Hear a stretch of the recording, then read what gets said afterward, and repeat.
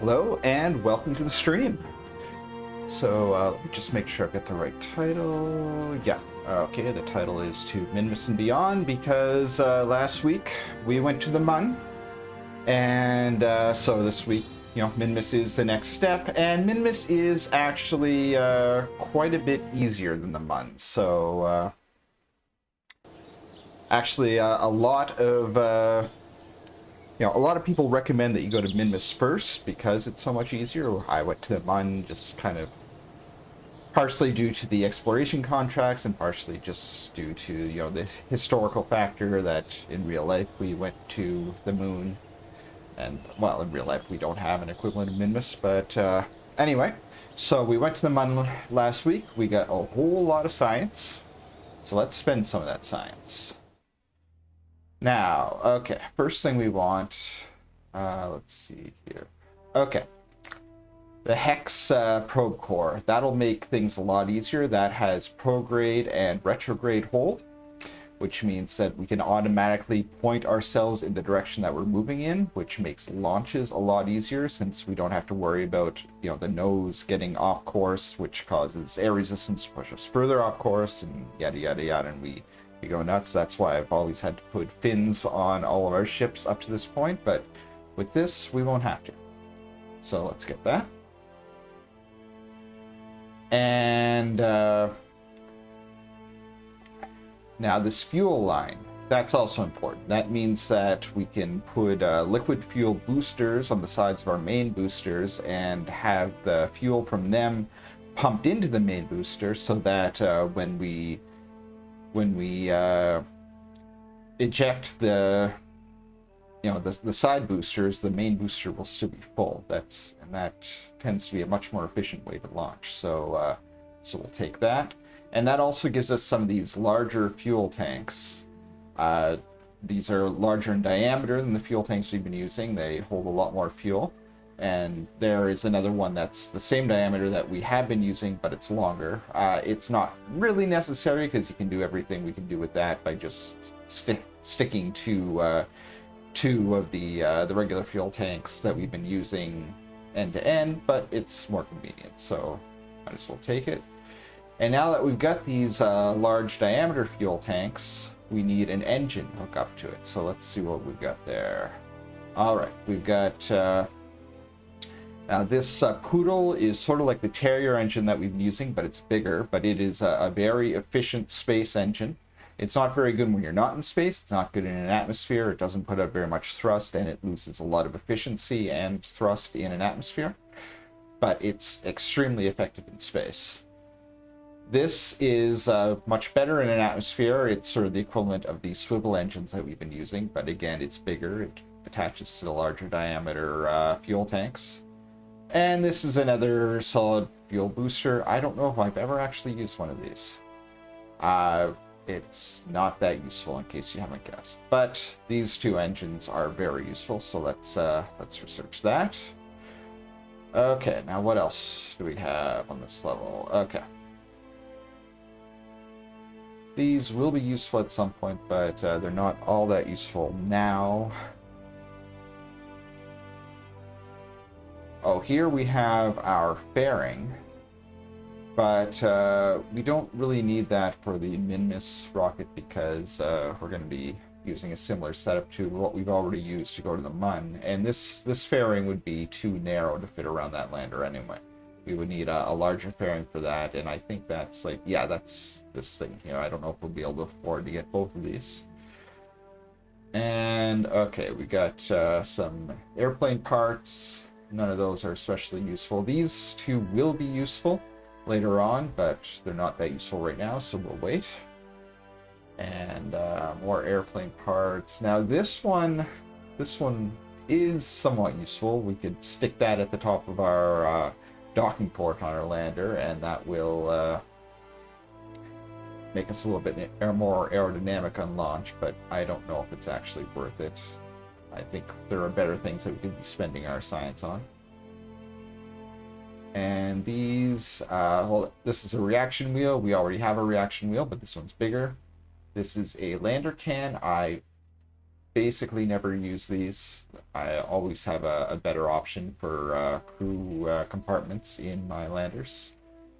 This is a monopropellant tank. Monopropellant is a fuel type, and it's good for driving these little vernier engines. These are little low thrust engines that are used to, like, if you need to move sideways or they help you turn. They're for little adjustments. They're not for major burns, but they can be useful. But we can do without them for now. So yeah, I'm not going to unlock that right now. So what else do we have? Okay, container module. We don't really need that. This is very useful because if you can process science in a lab instead of just taking it back to Kerbin, then it kind of multiplies. For a little bit of experimental data, you can get a huge amount of science, and it's a very good way to just unlock the whole tech tree. But I like incorporating this into a space station, and to build a space station, I'm going to need decent-sized docking ports, which I don't have currently. I've just got the small docking ports, and they're not good for building space stations. But I will be unlocking this at some... Well, I'll be unlocking all of these at some point, but this will mainly be useful once I've got the docking ports. And we got some ladders here. Those, again, they're useful in some situations, but not for any of the missions I have planned in the short term. Advanced electrics. Okay, we got solar panels. We already have solar panels, but these are more powerful, which again, they have a lot of uses, but not for the missions that I have coming up. And big battery, again, useful in a lot of situations, not useful in the missions that I have planned for the short term. So that won't be the next thing we unlock. Now this could be useful because these two are both scientific experiments, which means that by unlocking them, I'll be able to run those experiments and get more science and unlock more things. So I'm not going to push the button just yet because I want to look at our other options, but there is a very good chance that this will be what we unlock. Okay, now this is another probe core. Well, these are both probe cores. The cube I basically never use. The Octo 2 is very useful. It's got the prograde hold, which the one we just unlocked has, but it also has normal and anti-normal hold, as well as radial in, radial out hold, which are also very useful. Radial in and radial out lets you point yourself directly up or directly down, which is very useful for landing. The normal and anti-normal hold are useful for changing your orbital plane, and this is actually the first of the probe cores that remains useful for the entire game, because there are better probe cores in this, but all the probe cores that are better than this are also larger than this. So I will be using them, but if I want to make a small craft like a satellite or a probe or something like that, then I'll still be using this probe core. But since I just unlocked this probe core, I want to get some use out of it before I go to this one. So I don't think I need to spend my and that's 300 research. That would almost clean us out. I'd still be able to afford some of these lower level things with the 90 we'd have left. But yeah, I don't think I'll be unlocking that just yet. Probably after the Minmus mission, because I'm going to get a lot of science on the Minmus mission. Okay, now the Sentinel here, that is a telescope used to detect asteroids. What you do is you put it on a ship that you put in solar orbit, like orbit around the sun rather than around any planets, and it can detect asteroids, and there are missions that you'll receive that detect a certain amount of asteroids, detect a certain amount of comets. They're fairly easy to do, and they bring in some money, so that is useful. I don't know if I'll get that, but here's another thing. This surface scanning module is good for determining how much ore is on the surface of a planet, which will be important later on when we start mining mining planets and moons to build refueling stations.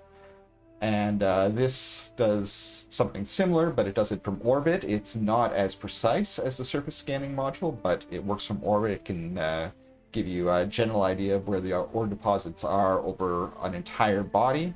I usually put them on a satellite that I put into a polar orbit. And I will need to unlock this fairly soon, but I'm not sure if it can wait. But another advantage to this is that this atmospheric fluids spectrovariometer, this is another scientific experiment. Now the thing with this is that it only works in an atmosphere, and the only world with an atmosphere that we can get to at the moment is Kerbin itself. So we'll be able to run this a couple of times, you know, from the launch pad and from the runway. That'll give us a little bit more science, but not too much. But the thing is, let's get out of this. Let's get out of the science area and back to our alarm clock. Now, I've set alarm clocks for the transfer windows to a lot of these planets, and the one that's coming up is the Duna launch window. Duna is the equivalent of Mars. It is a good planet to explore first. And what I want to be able to do when this launch window comes up is I want to be able to send a probe there, but there are certain technologies that I'll have to have unlocked to make a useful probe. Well, it will be a satellite to make a useful satellite. And so I do want to make sure that those are unlocked by the time this this launch window arrives. That's going to be my main goal, because I've already unlocked all the technology that I need to easily go to Minmus. So the next goal will be this Duna launch window, and some of the technologies I need for that are here. I would like to have the survey scanner on that satellite, and I'll also need some and I will need some better relay antennas, which I just unlocked these ones, which are decent.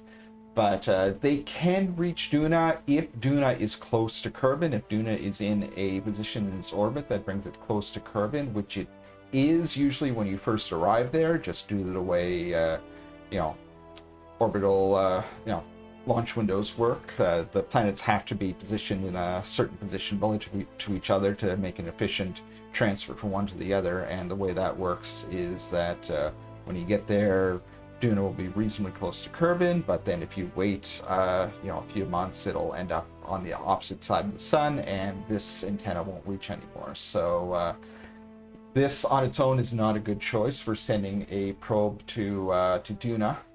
So what I'll need instead is something higher power, like this. So I will need at least this relay antenna for the satellite that I plan to send to Duna, but I'll also need these here. So which one should I unlock first? Well, there's no one watching on the stream right now, so there is no one in the chat that can chime in on that, but I think I am going to go with, let's see. So, yeah, I'll need them both. And, well, let's just see, because I actually like to have an even more powerful antenna than this. Is that? Yeah, okay, so I will need... Oh, no! I can skip... Let's see. Yeah, because I won't need any of these three for the satellite. And if I have the more powerful antenna, then I won't need this either. So I think I can skip this. This is another antenna. It is the same power level as this, but it is lighter. The reason why you would use this instead of that is that this is a relay antenna, which means that any craft that's nearby will be able to bounce their signal off of this antenna and use its enhanced power, which is what I would like to have on that satellite I plan to send to Duna, because one of the main purposes of it will be to allow me to send craft with weaker antennas to Duna and let them maintain communication. Like I could send a satellite with this antenna and then send a craft with this antenna or this antenna. These are kind of the same deal. They're the same power, but this is not a relay and this one is.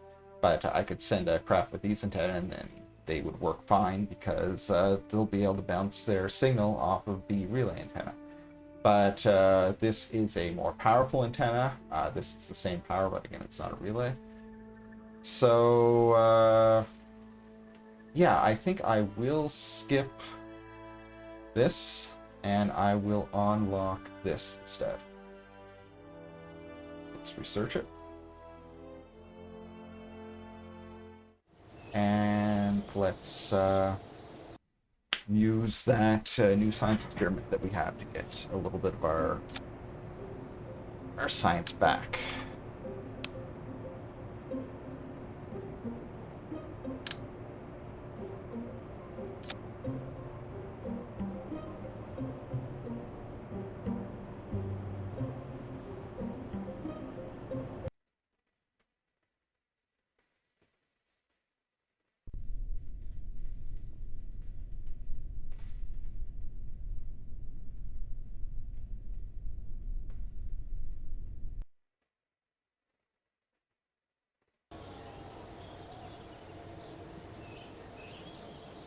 Let's do that again.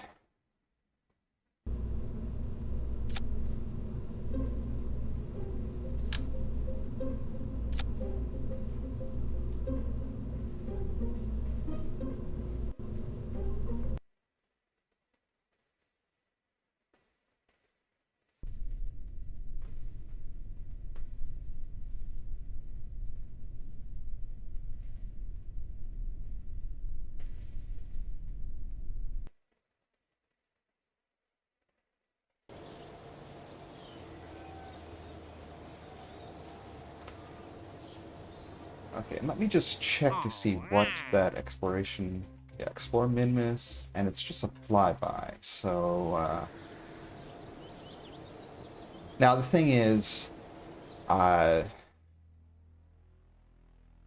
this one that we skipped, this would actually get us a decent amount of science on that flyby, but we've already skipped it, and let me see, is there anything in this 90 that I want to unlock?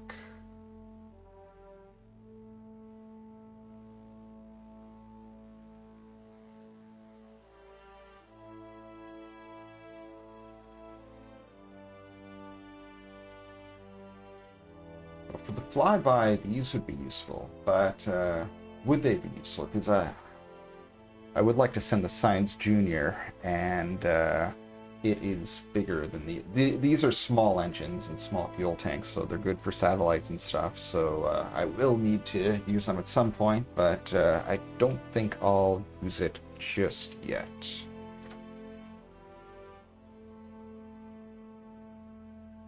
But is there anything else on this that we can get? No, there's not. So, all right. Let's do our flyby.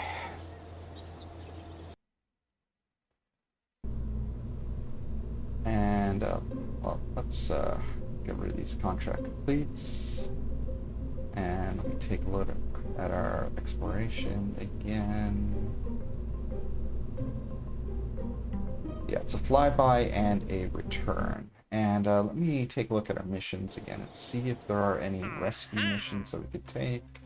No, there are not, because rescue missions are the best way to build up our astronaut roster, but we haven't been assigned any yet. Oh, well, we've got this one, but this is a 2-star rescue. Oh, it's a rescue from the Mun, which means that we'd have to go to the Mun, and we've already been there. Don't really have a reason to go back at the moment. So, yeah, I won't be taking that one.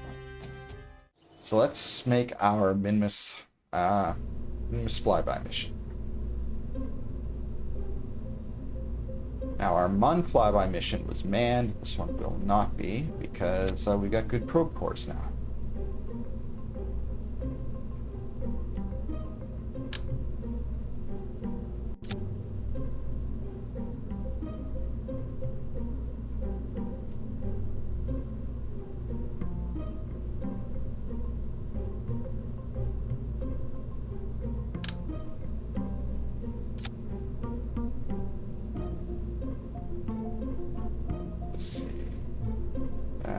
is 2,900K, and a battery would be 2,000K. So I should put the battery above the science module, because this whole top thing is going to be what actually returns.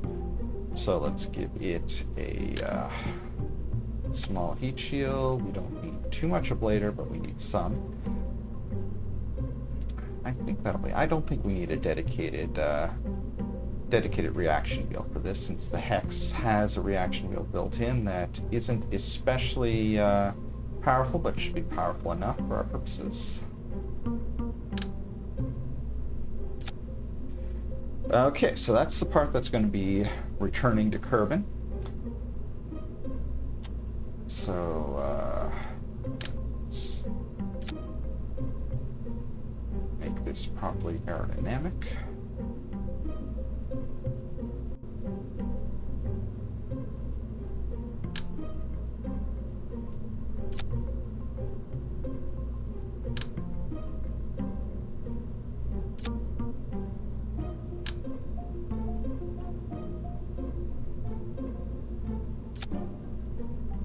Now, should I put a mystery goo containment unit? The thing is, I don't really have a good way to counterbalance that.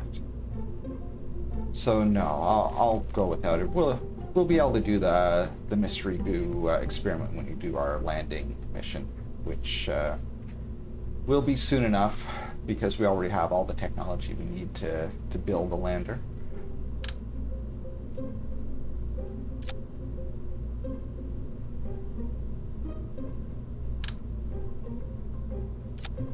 Okay, so, oh yeah, 3,000 meters per second, that'll be fine.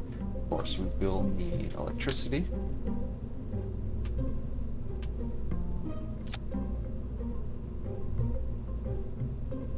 And we will need communications, because that is one of the difficulties for Minmus, is that it's far enough away that you really do need a dedicated antenna to go there, and we need to counterbalance that, which we've already got batteries on this thing, but can't hurt to put another one on. Putting a second antenna wouldn't do much good. It would increase our communication range a little bit, but it wouldn't double it. I think you need like 4 of the same type of antenna to actually double things, so it's usually not worth it. Just say, if you want more communication range, use a better antenna. Okay, now... Okay, good. Got this adapter. I was afraid I hadn't unlocked anything like this, which that would make things more difficult. And now let's use our big fuel tanks and big engines.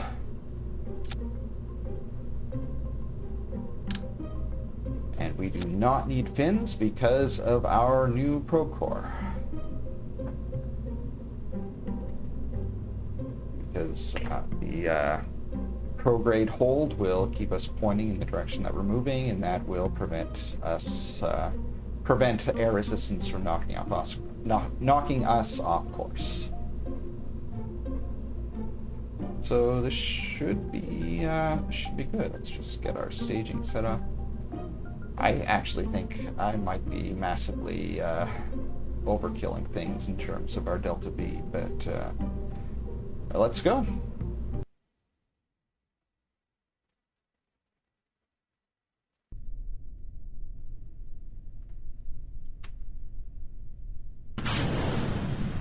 And yeah, we got this option here for prograde hold, so that just keeps us going in the direction that we're moving. Although I think I might have given us too much curve. I'll wait to see how the launch goes. But I might have to redo this with a little bit less curve.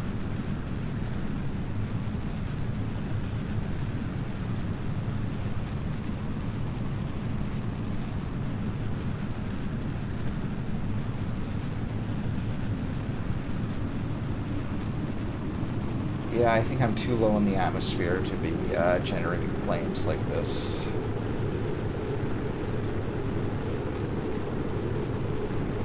Oh yeah, we're heating up, and yeah. So let's launch, but use a little bit less curve this time. Oops.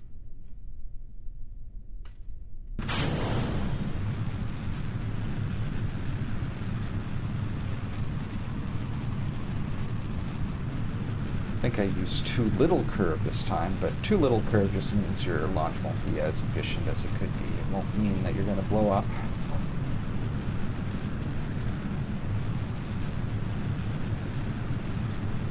And I think I've got more fuel than I actually need, so it doesn't really matter if my launch isn't as efficient as it absolutely needs to be.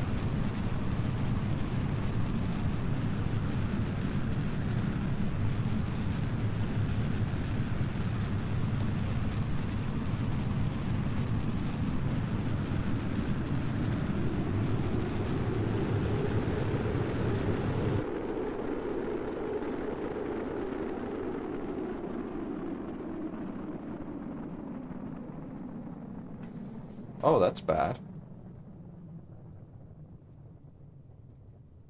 Maybe I do need to still put fins on this. Because, yeah, this tumbling out of control, that shouldn't happen. Yeah, I'll put some fins on this. I thought we were done with the fins, but apparently not.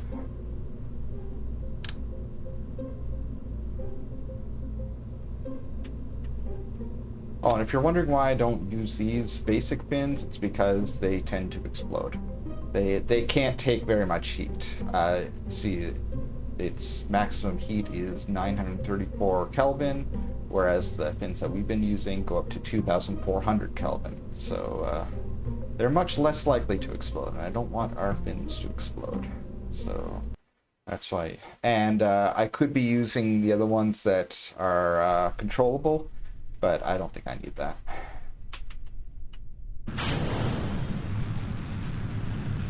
Okay, now did I overcompensate and get... Yeah, I gave it too much curve. Let's redo this.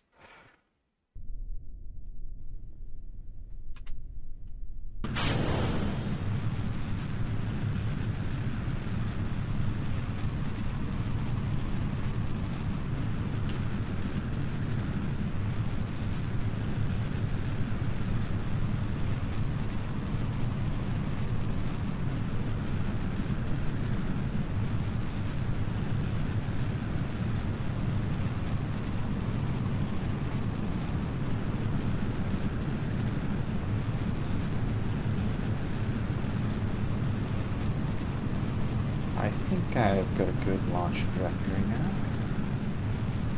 Let's just set Minmus as our target, since we have nothing else to do.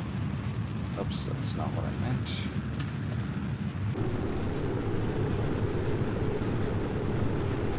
Nothing's heating. Oh, we got a little bit of heat, but I think we'll be... No, I don't think we'll be okay. No, we weren't okay.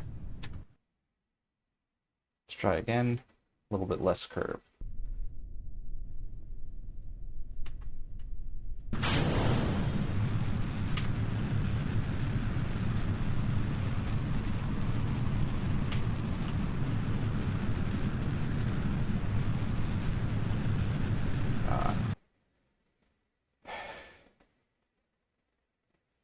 Getting a good launch is always a bit of a pain.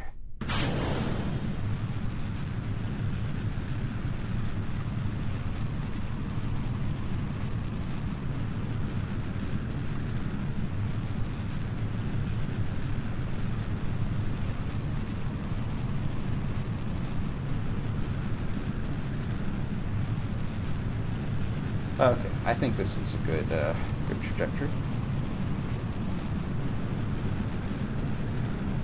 Passing the 45 degree line at just a little bit over 30 seconds to apoapsis, which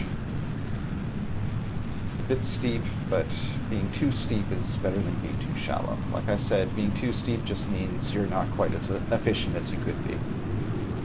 As long as you got enough fuel, you'll still make it to orbit. And I think we've got enough fuel.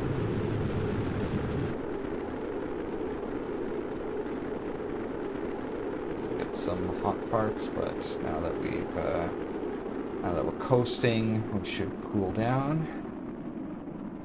And since we're getting higher and higher into the atmosphere is getting thinner and thinner, so it's going to be less and less of a problem.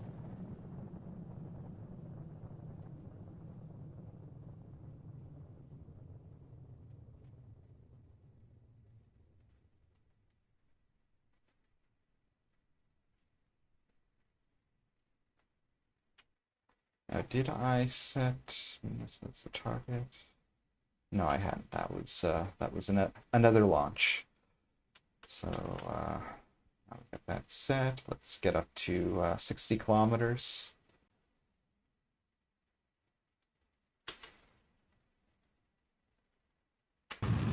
Okay, now let's get our apoapsis up to 75 kilometers. That'll get us out of the atmosphere with a bit of a margin, and then we can circularize once we're up there.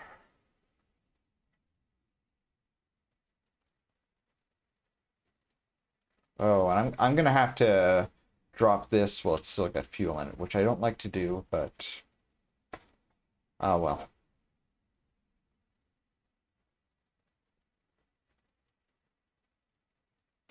Because I've got way more fuel than I need.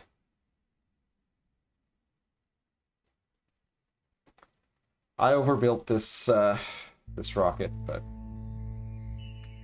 better to overbuild it than underbuild it.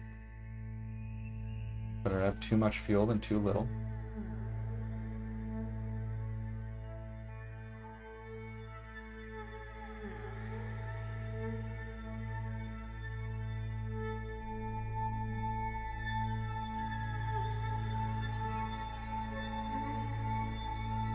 Yeah, it's going to take us a little under 600 meters per second of delta V to circularize, and we've got almost 800 meters per second in the tank.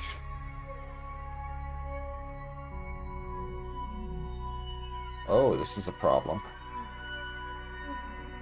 I do not have a lot of reaction wheel torque.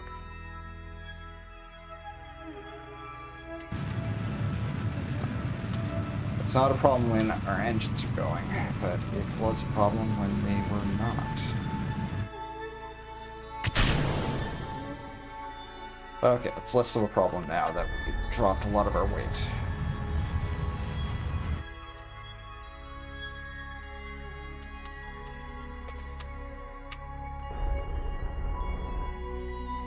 Now, of course, I could have kept the whole rocket attached up into orbit and just detached it when we were burning to Minmus, but that would mean that the bottom end of the rocket would still be in Kerbin orbit. It would just be a bit of space junk, and I don't like to leave space junk in orbit.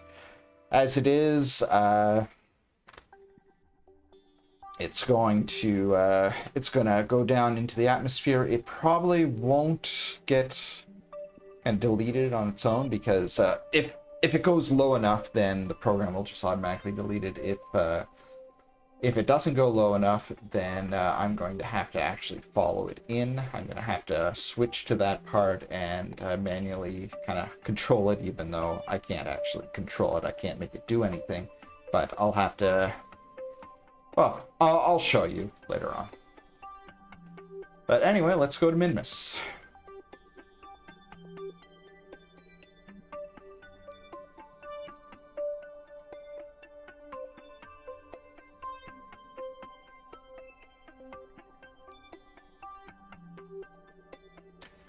And because I changed the plane when we were circularizing, we're on a pretty similar plane to Minmus. We're not quite on Minmus's plane, so we're going to have to do an adjustment as we approach, but it won't have to be much of an adjustment.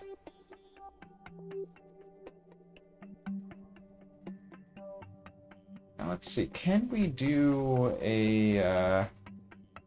the same sort of flyby we did on the Mun? I'm not sure, actually. Because Minmus is much smaller. Can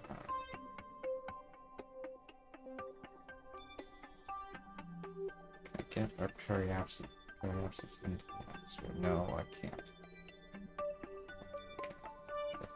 Okay. Oh! Yeah, actually, I can.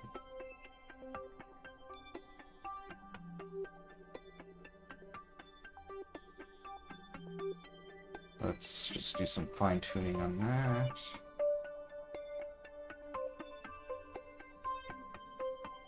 Yeah, okay.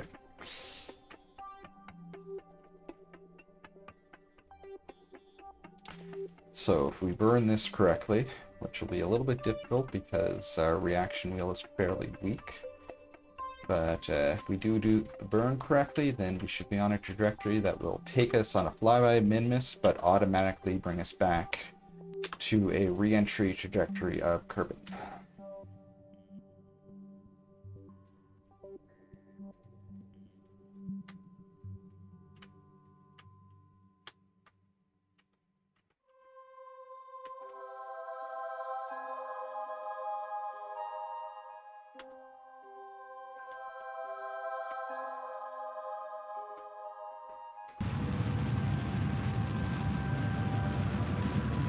Oh, and let's extend our antenna.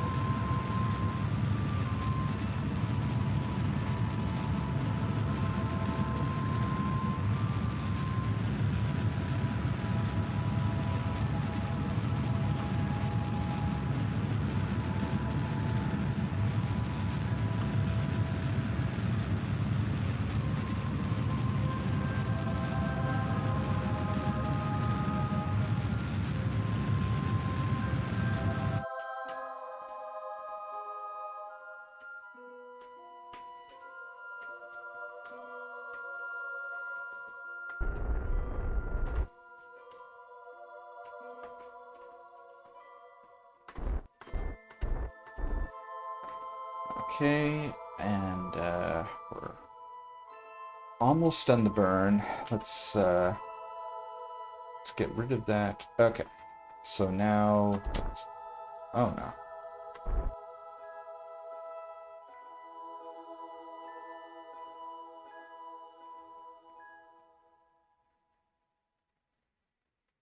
Periapsis is going up, and I want it to go down. So okay. Even though, according to the indicator, we hadn't finished the burn, Periapsis was still too high.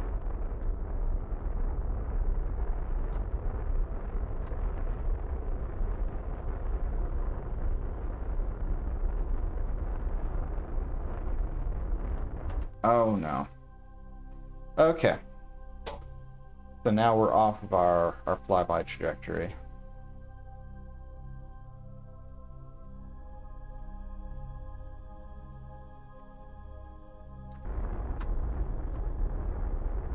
Okay, so now we're on the flyby trajectory, but we are not going to re-enter Kerbin's atmosphere. So let's get our thrust limiter back to full power, and let's make another maneuver node here, and see if maybe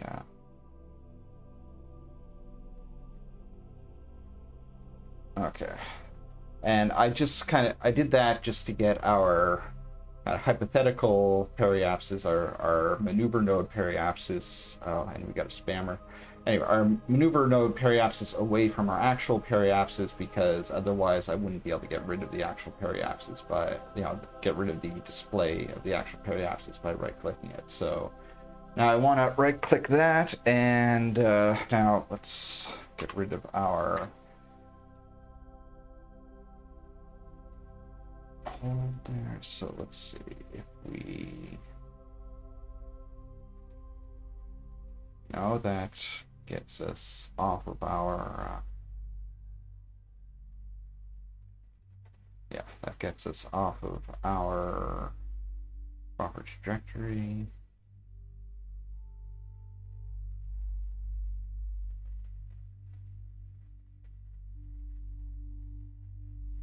Of course, an option would be to just capture, and because I'll probably end up getting an orbital contract anyway.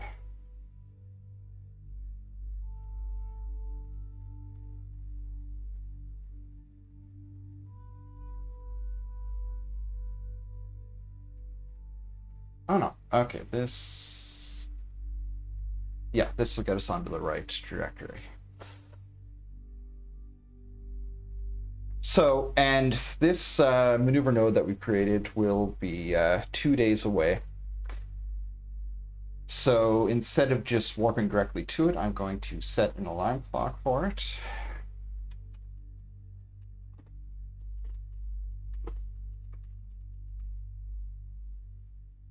Because I want to be able to keep an eye on the missions that we receive.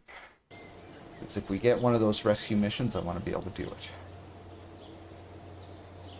Let's go ahead a day.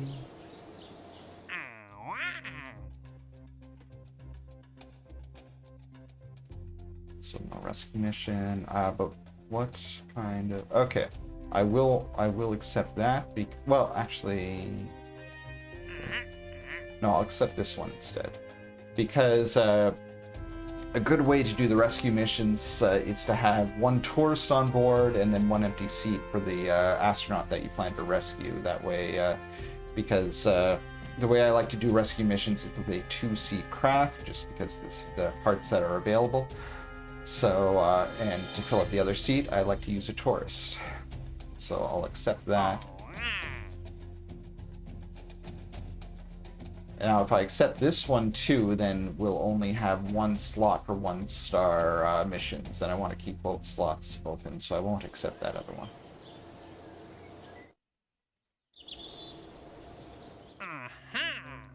And yeah, that did not give us a rescue mission. It's annoying. Usually I have a rescue mission by this point, but I guess I'll have to wait a little bit longer.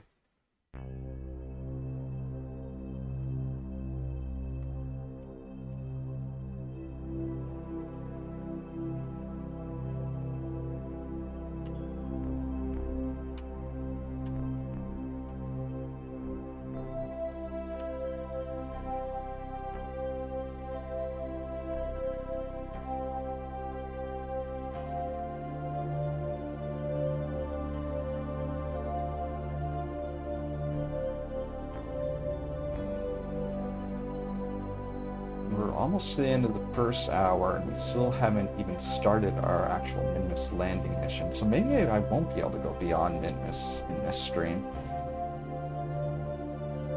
Because the actual process is fairly easy, but we spent some time looking at science options to unlock, and now we're doing this mission, which is not a Minmus Landing. It is just a flyby. Could do the landing. We have enough science for it. We have the parts we need. But the exploration contracts gave us something else. Okay, so now let's see what kind of trajectory we have. Okay, we are going to Minmus, and when we return, we will be on a 30-kilometer periapsis, which is exactly what we want. And our encounter is 4 days away, so let's set an alarm clock for that, because I want... Okay, I cannot... it's not keeping the alarm clock up when I try to click on it, but let's see, manual time, no... SOI change, that's what we want.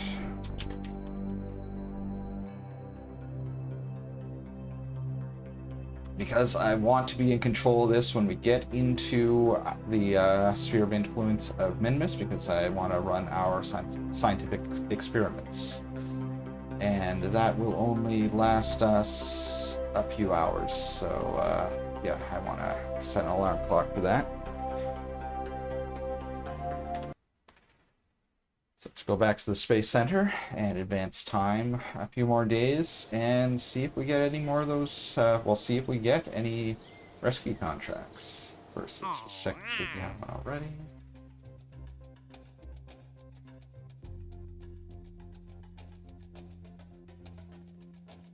Why do we only have the one? I didn't accept that contract before, did I?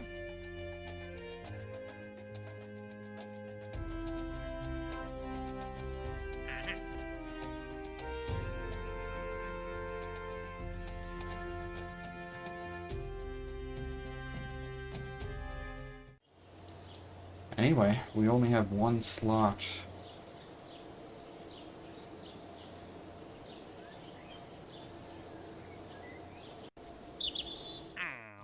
What other World Tourist missions?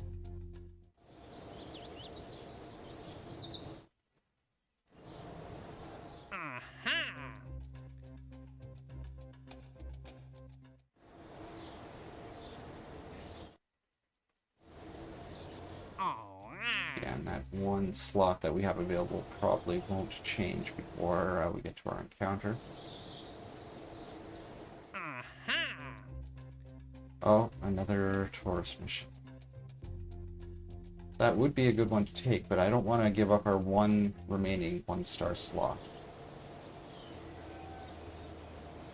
So let's switch over to this. And warp to our next alarm clock entry, which is the Minmus encounter.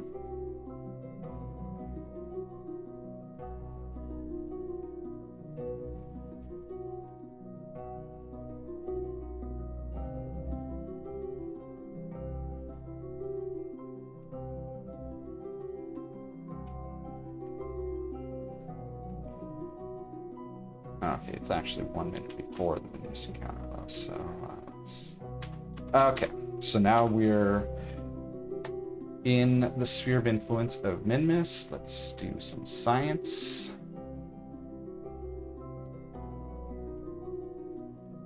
More science. More science. Collect all the science, because this part is not going to make it down to Kerbin, only this part will.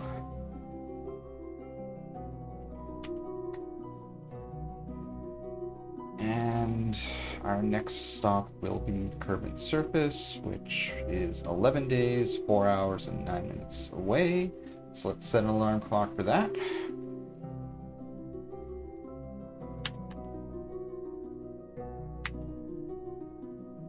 And let's give it 4 minutes instead of 9 minutes, so that our alarm clock is 5 minutes before we enter the atmosphere.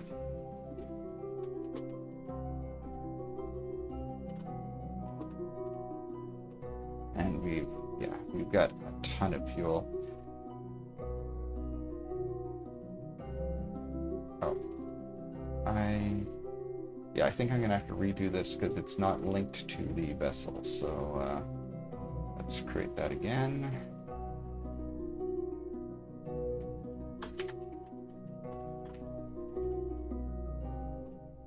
Yeah, gotta link it to the vessel so that we can just click on it and the switch to button will work, because if you just do an alarm clock without linking it to a vessel, then it just sets a time, which is what we're using for these launch windows.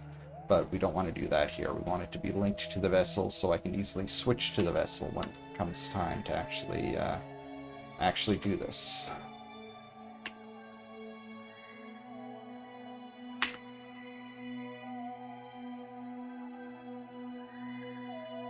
Yeah, 11, 4, 2, yeah.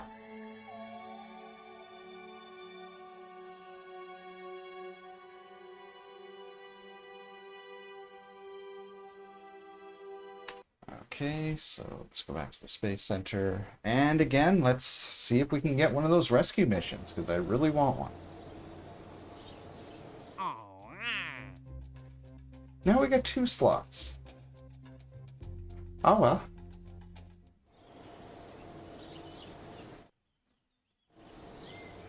That's strange. That doesn't usually happen.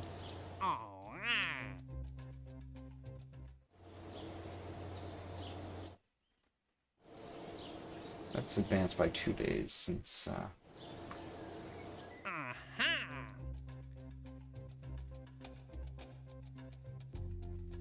yeah, now this, it is a rescue mission, but it's a 2-star rescue mission, which means that the guy would be in a very high orbit, hard to get to. I'd rather not do that kind of rescue mission.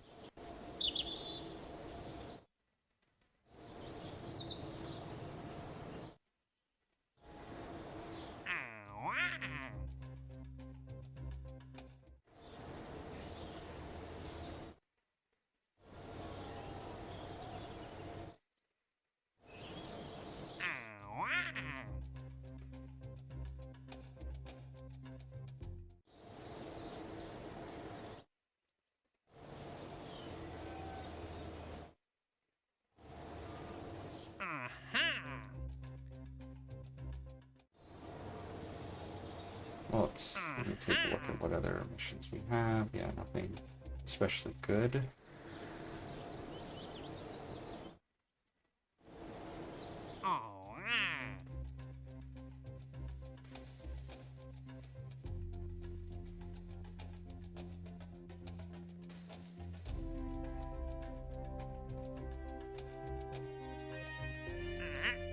Do I have a Mun mission now? A Mun tourist mission?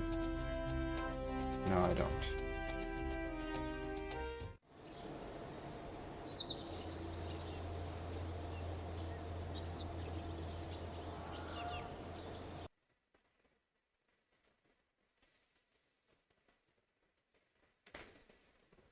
And because we've got our decent probe core now, I can just set it to automatically go to retrograde hold, and that will automatically point our engines away from the direction that we're moving.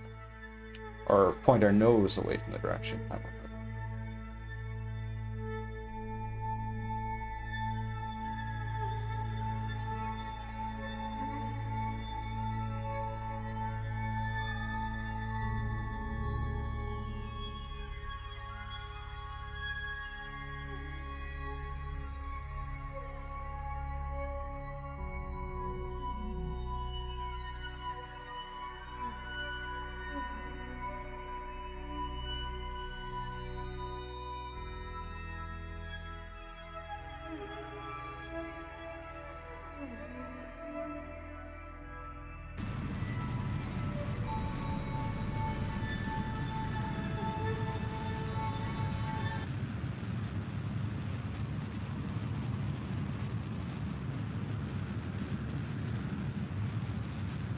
I don't think I'm going to use up all of our fuel, because we've got so much of it. Again, I massively overbuilt this rocket.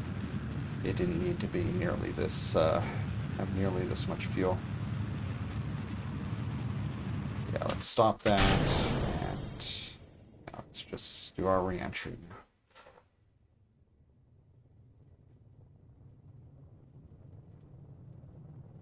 And because we've got our retrograde hold, I don't have to bother with any fancy piloting to keep our bottom facing down. I'll just do that automatically.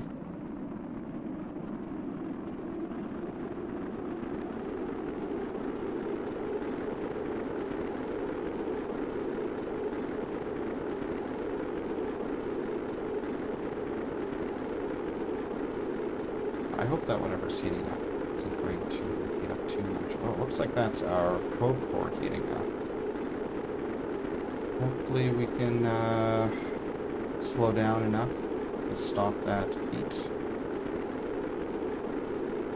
before it becomes a problem. Yeah, it looks like we're cooling off. So okay, we didn't explode.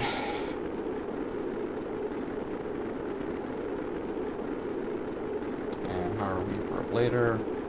Got plenty of a blader.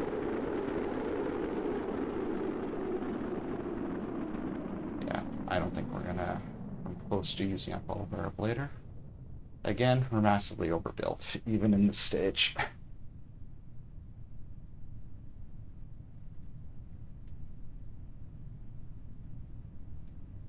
We got our science. Yeah, we got our science. We got lots of electricity.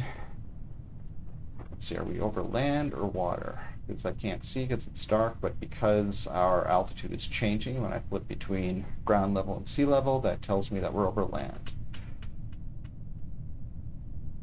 So let's time warp down to 1 kilometer.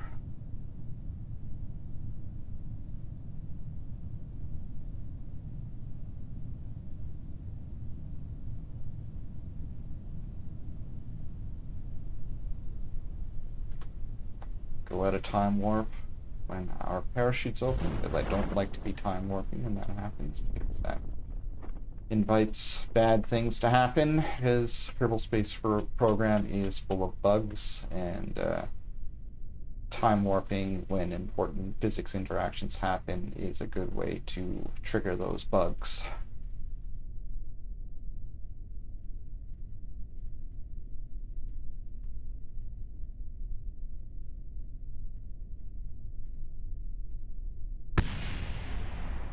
that was our rocket crashing, which is fine. It's supposed to do that. Actually, it probably would have been better if it had just burnt up in the atmosphere, but since it didn't do that, it crashing is the next best thing.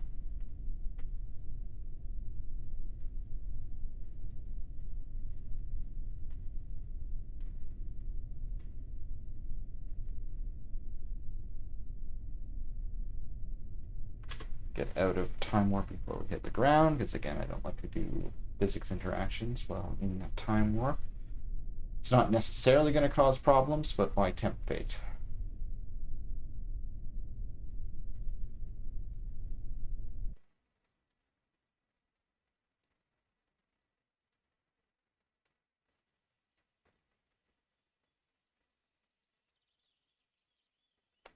Alright, we got a decent amount of science.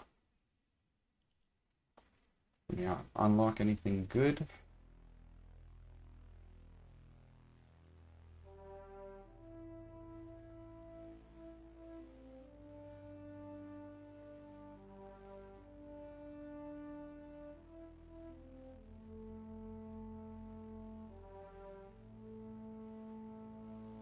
I would like to get that docking port, and this fairing will be useful too, so I think I'll just unlock both of these.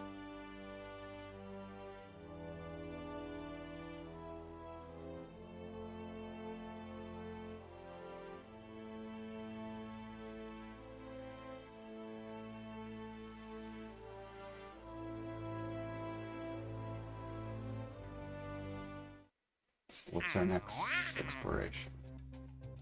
Orbit.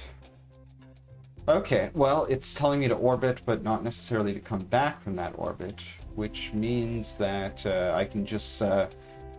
once I get into orbit, that'll be automatically completed, and hopefully the next mission after that will be to land. So I'll just set up the lander.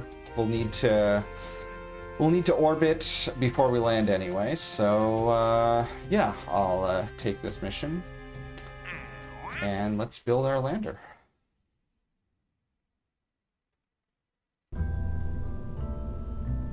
Now, I've got a lot of these craft that were built for later in the game. These are some of the standard craft that I use, but okay, we've got our Mun lander right here. Now, we don't need a lot of this. Actually, it might be best just to start from scratch. Yeah, I think I'm going to start from scratch. So let's make our command pod and give it a probe core, because we are not going to be piloting it with a pilot. And we also don't have, well, we might have a mission to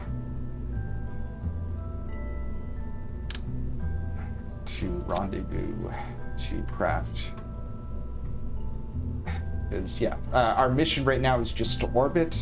I'm hoping that our next mission will be to land, but it might be to rendezvous, so let's give it a docking port just in case.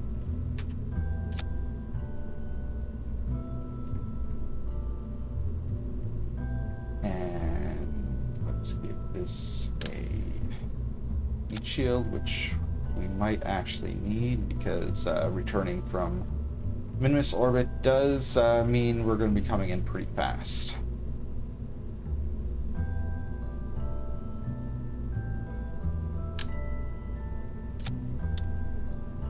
Now let's get our science and our engines as usual, except we'll be using a smaller fuel tank for this, because we won't need nearly as much fuel to land as we did before.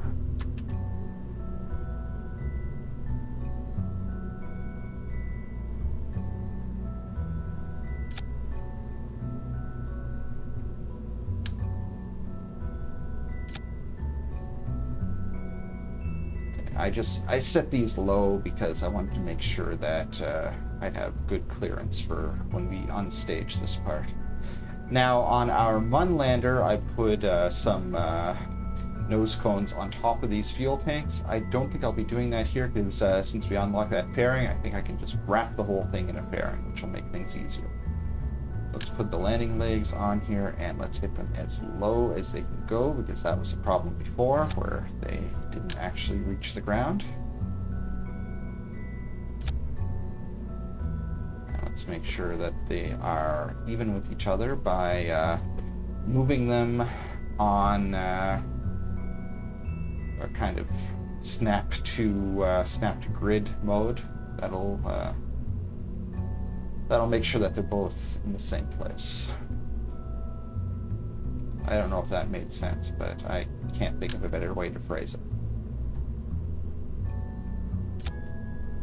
So yeah, now our legs are extending below our engines, which is what we want.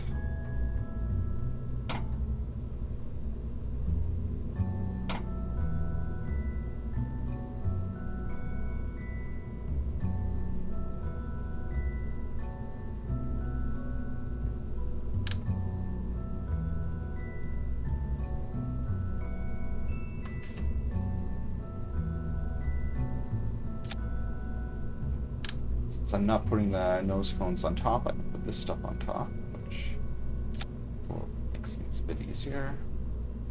And yeah, we still get good clearance, I think. Might bump a little bit during the separation, but it shouldn't be a big deal. Actually, no, let's move this a little bit further away. And let's do our snap to grid here too as well. Just to make sure. That's not what I wanted. And now it's floating in the air. So let's get off the grid and lower that down a bit. Go back on the grid, and yeah, the center is just before the rivet here, and over here the center is just before the rivet. So I think those are both technically in the same place. They're different sizes, so it's tough to eyeball it, but I think we're all right.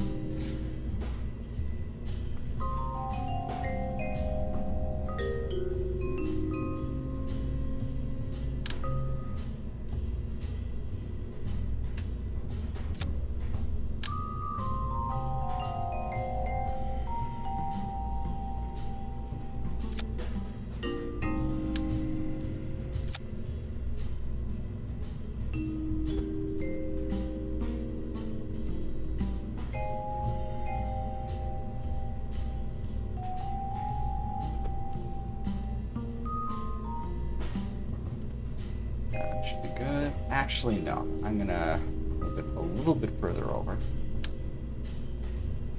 That should be good.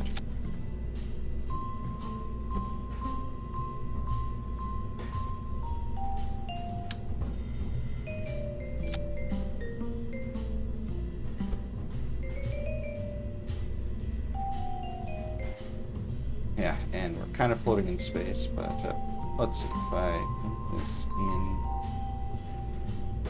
Yeah, now we're embedded in the thing, which we also don't want. What if I moved it this way? Okay, that's good.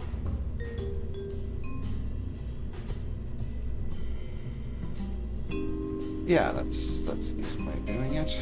So we'll have some sunlight, even if the sun is right edge on.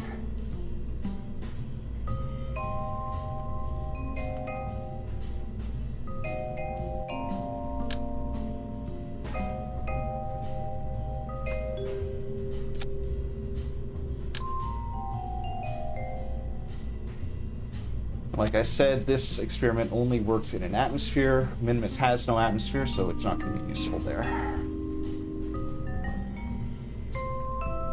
Now let's just see in the vacuum. Okay, so yeah, these will definitely have enough fuel to do the landing and return.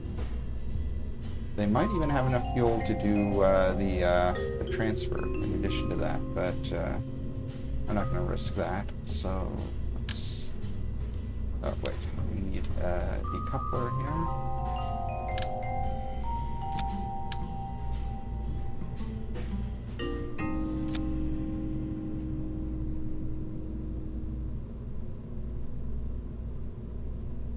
And let's enable crossfeed and increase the flow priority. Actually, we don't need to increase the full priority.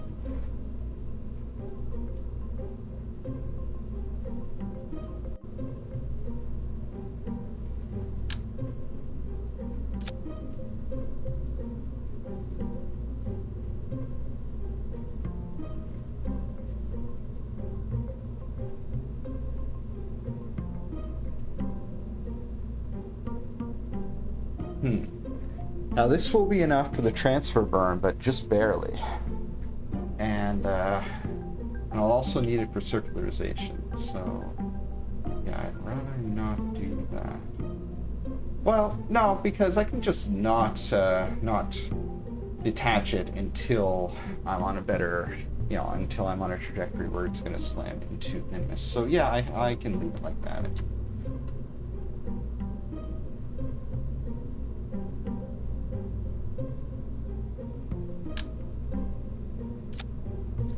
All right, and let's wrap it all up.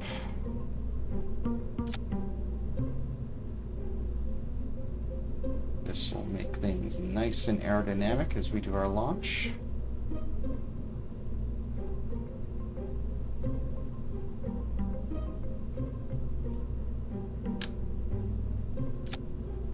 Just before we detach that, how heavy are we? About 10 tons, so we might have a little bit of trouble with this, because I think this is going to be underbuilt. Just to be safe, let's add some extra boosters.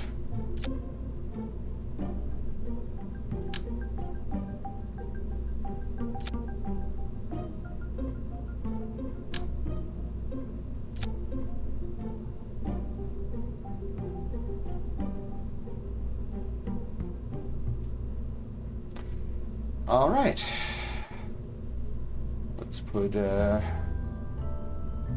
Bob the scientist, Bob the science guy instead of Bill the builder. That's kind of annoying that they mix those up, but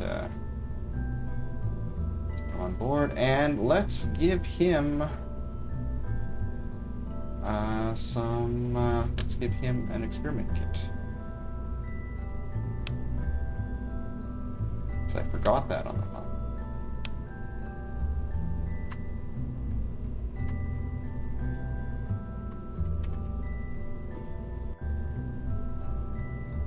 Let's see if we can get into orbit.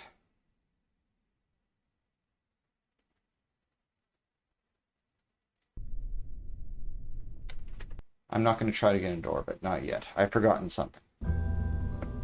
We do not have an antenna.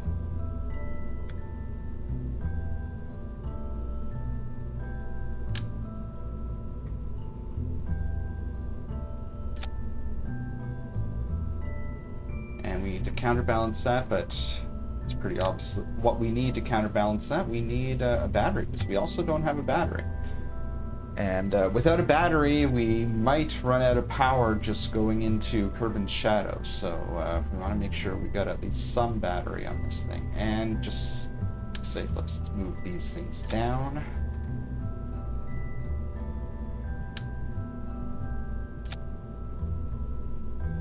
Okay, now I think we're ready.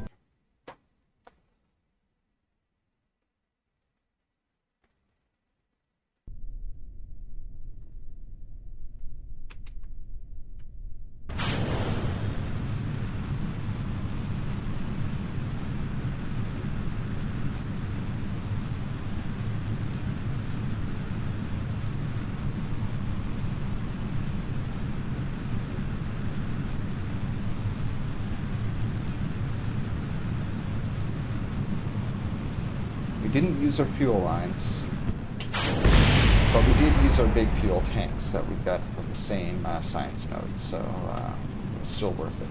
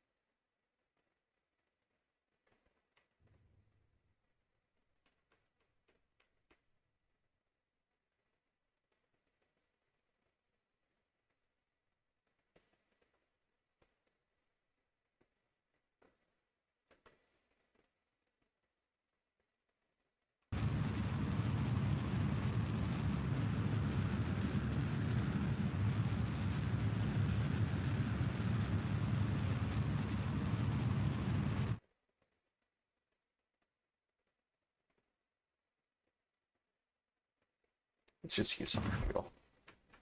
Okay, we're at 76 kilometers. I usually like to do 75, but doesn't matter. It was worth it to use up our fuel. So our next burn will be a bit simpler. Now, the problem with setting our circularization maneuver now, while we're still in the atmosphere, is that the atmosphere is changing our trajectory a bit. Although now we're out of the atmosphere, you can tell because the music's going. But it does, just in general, makes it harder to set up the circularization when you're launching. It's the only way to set up an accurate maneuver node is to wait until you're out of the atmosphere to do it.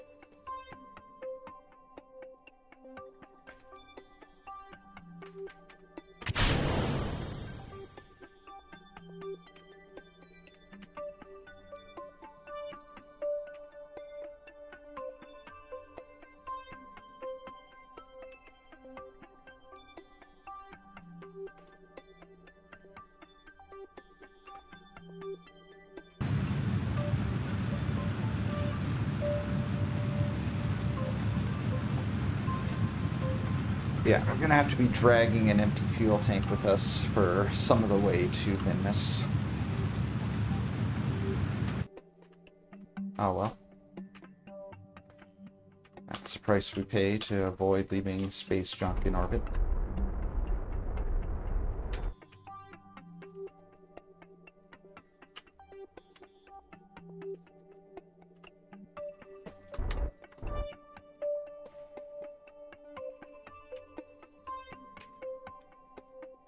Let's extend our antenna.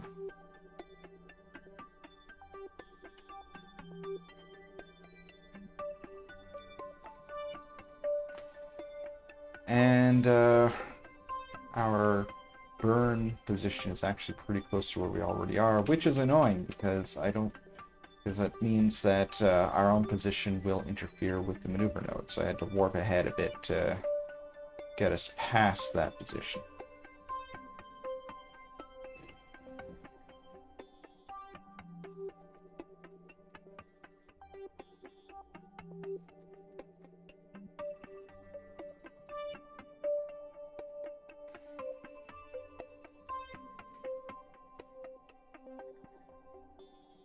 Now we want to be as low as we can get. Now we're not going to be able to get especially low because we're not on the right plane. We're going to have to make an adjustment in transit, but yeah, that's about as good as we can get, I think.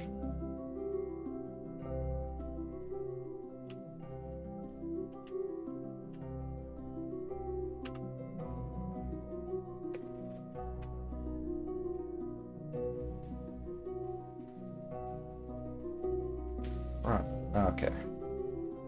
We've got enough sunlight to keep our batteries charged, because it didn't look like we had a good angle on the sun, but apparently we did. That's something that you've always got to worry about, is if you're pointing at a bad angle so that you're not... Like, right now we're pointing directly at the sun, so our solar panels are not getting a lot of sunlight. And, yeah, it looks like we are... Well, no, we're still charging, except when we try to turn, because that uses up electricity. But yeah, that if you're doing a long time warp or something, that's something you got to be aware of, because you can easily end up at the end of your warp with no power. And if you got no power, then there's not a lot you can do. So you need power to turn your ship. So if you're at the wrong angle, you can't fix it.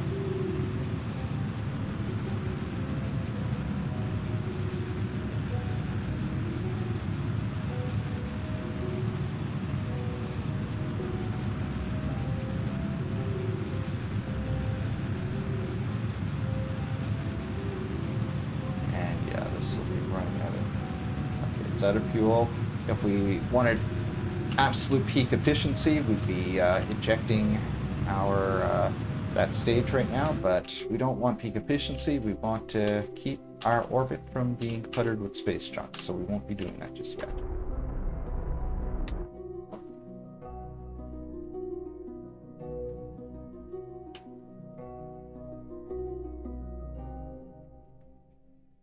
So let's make an adjustment. This is a decent place for one. I don't know where the absolute optimal place would be, but the slower you're going, the easier it is to change course. But the further you are from your target, the less you'll need to change course, because you know, a smaller angle will make a bigger difference. So where we just put that kind of high, but not too high, that is generally a decent place to put our course change. But if I actually did the math, I might be able to find someplace better. But I didn't do the math, just eyeballing things. Speaking of eyeballing things, let's line this up and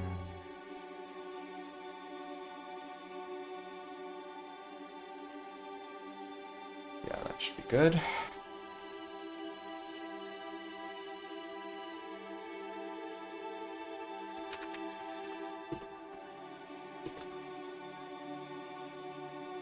Now let's see if we can get any of those rescue missions that I keep wanting to get.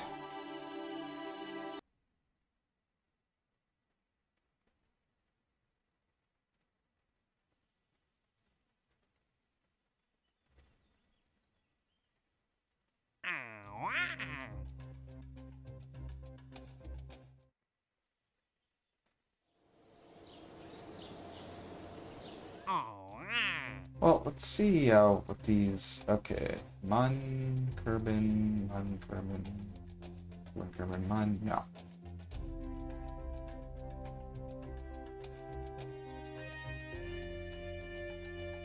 Okay, we got an orbit around the Mun here.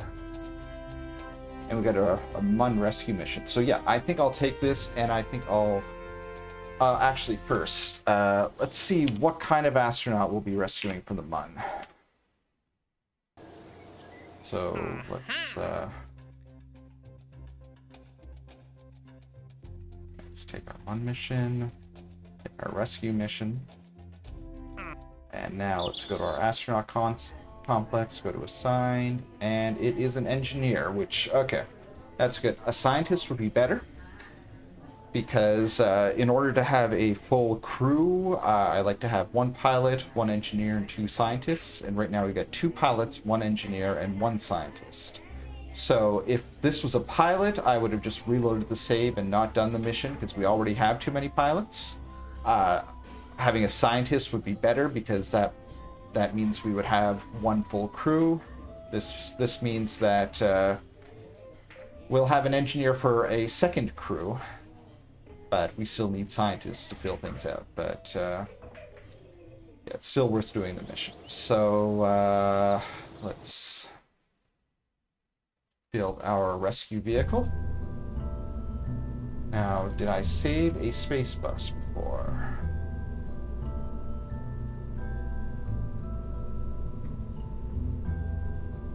No, I did not. So let's clear this away. And let's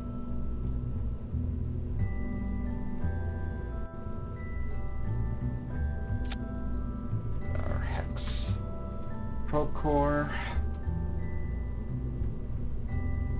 and let's give it a reaction wheel just to be safe. No, I don't think we need extra power, since we'll be putting an antenna on this thing.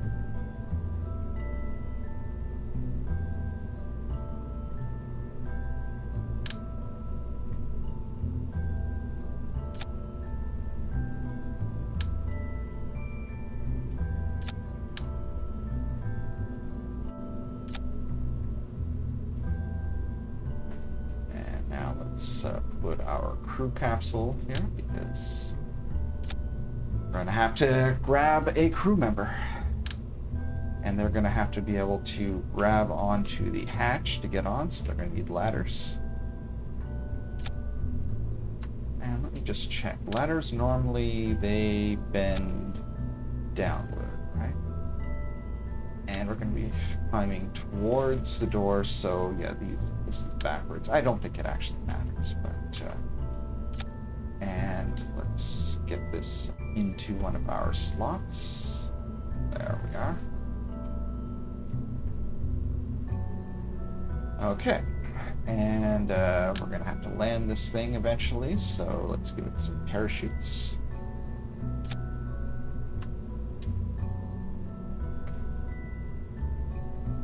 And we're going to be coming in from the Mun, so it needs a heat shield, and we just need heat shields in general on this kind of craft because they don't remain stable unless they got a decent amount of ballast at the bottom. The heat shield will work for that.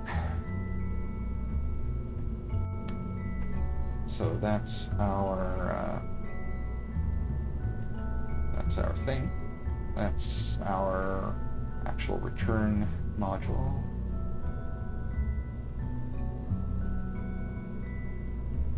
Medemi is the one who wants to orbit the Mun, so let's find Medemi.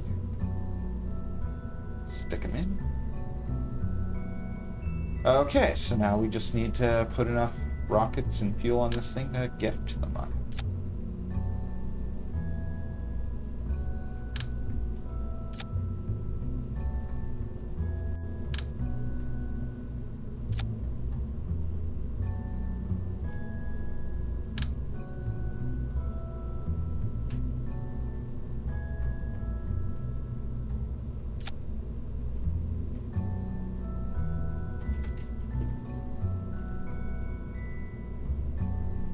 And let's see how much delta V we have.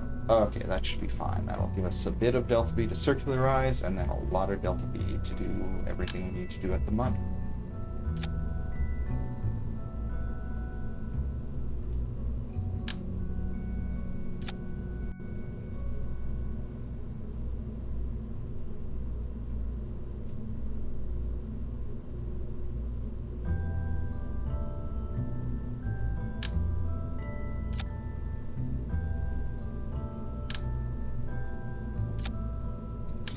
Off for a minute and see how. Okay, 5 tons. That should be fine for this type of engine. I don't think we'll need any extra boosters.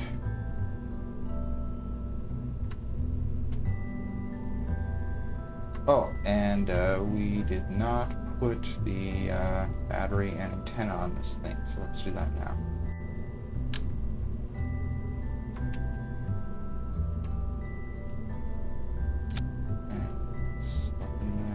Okay, yeah, that's not on the door.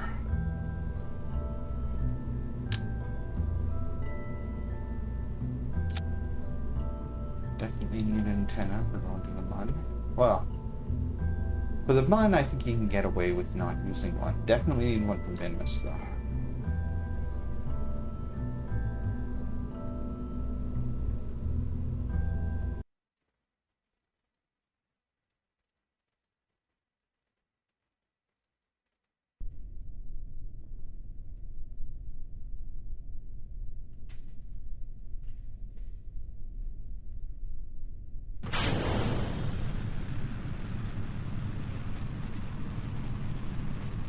I gave it too much curve.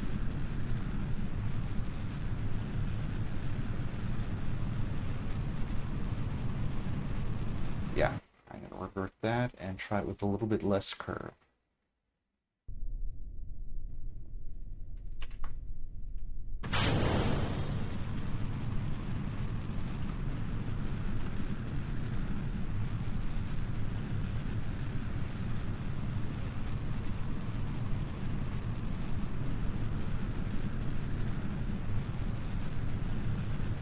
Fine.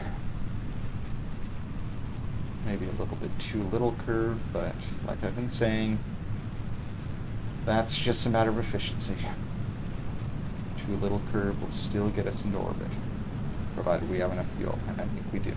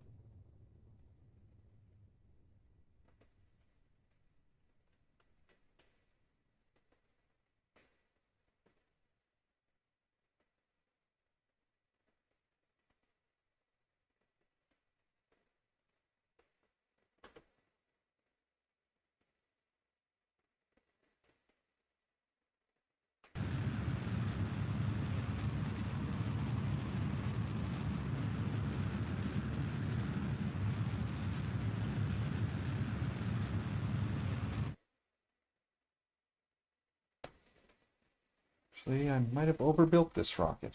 I might have to stage it with some fuel still on board, which, like I said, I don't like to do, but if I have to, I have to.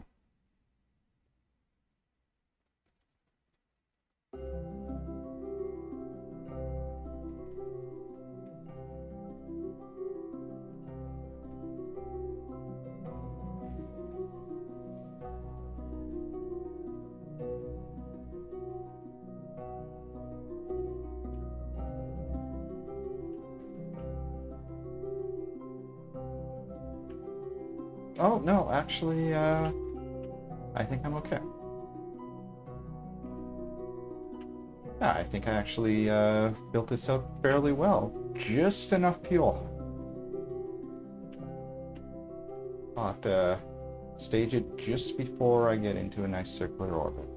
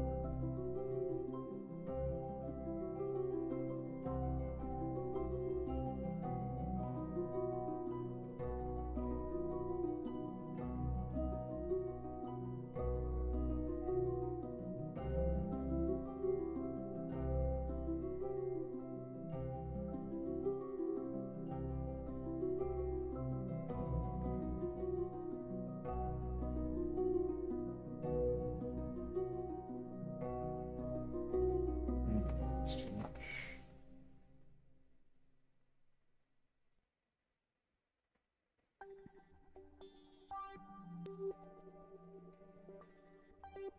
Yeah, that's good.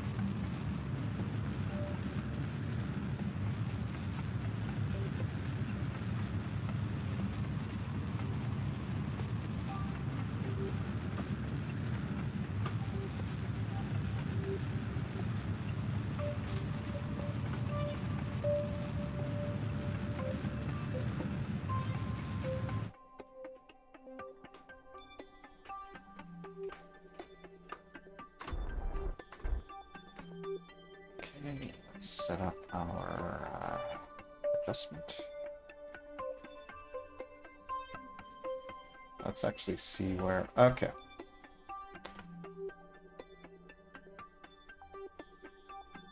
So this guy is not on an equatorial orbit. He is a little bit off, so we are going to have to be a little bit off too.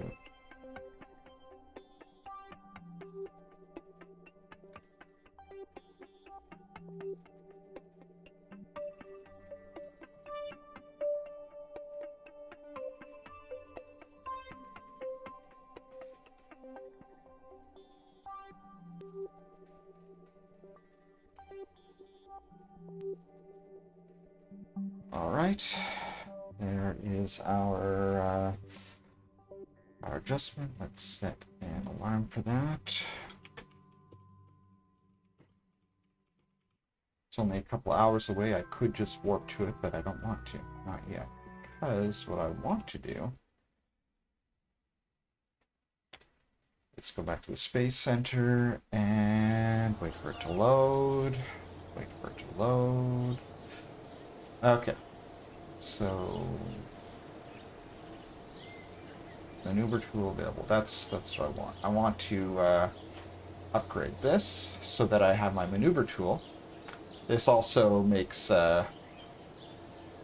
gives us more communication range just at Kerbin, so that basically any antenna we put on our craft will have a better chance of reaching home.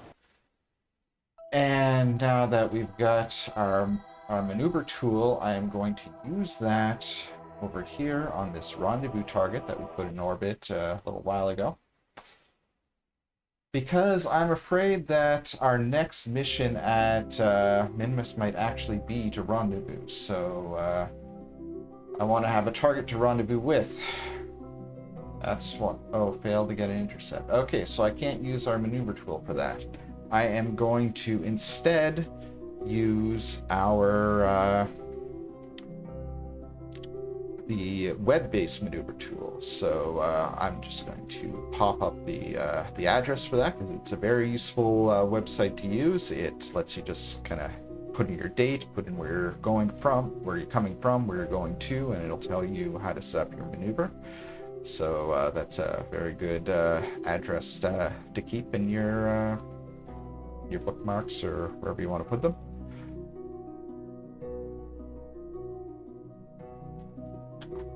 And let me set that up. So I'm just doing that on my other monitor right now. Get the date, year 1, day 34, going from the Mun to Minmus. And we've got a... okay, looks like we've got 2 possible ones, and it's giving me the second one, which I don't want. Okay, the first one will be good, so that will be at year 1, day 37. So let's set that up. Now, the thing is, when you're setting up a maneuver node for a future date, one weird issue with Kerbal Space Program is that the year and the day in the maneuver node planning are 0 index, where they're 1 index everywhere else. So the website is saying that I need a departure date at year 1, day 37. I'm going to have to actually set it up at year 0, day 36, because you got to reduce everything by 1. This is the only place you have to do that. Everywhere else, it's 1 index. So I don't know why it does it this way. It's just another weird oddity of Kerbal Space Program. But before I figured that out, I had a lot of trouble setting up maneuver nodes. So just hopefully, if anyone watches this, I'll be able to save you that trouble.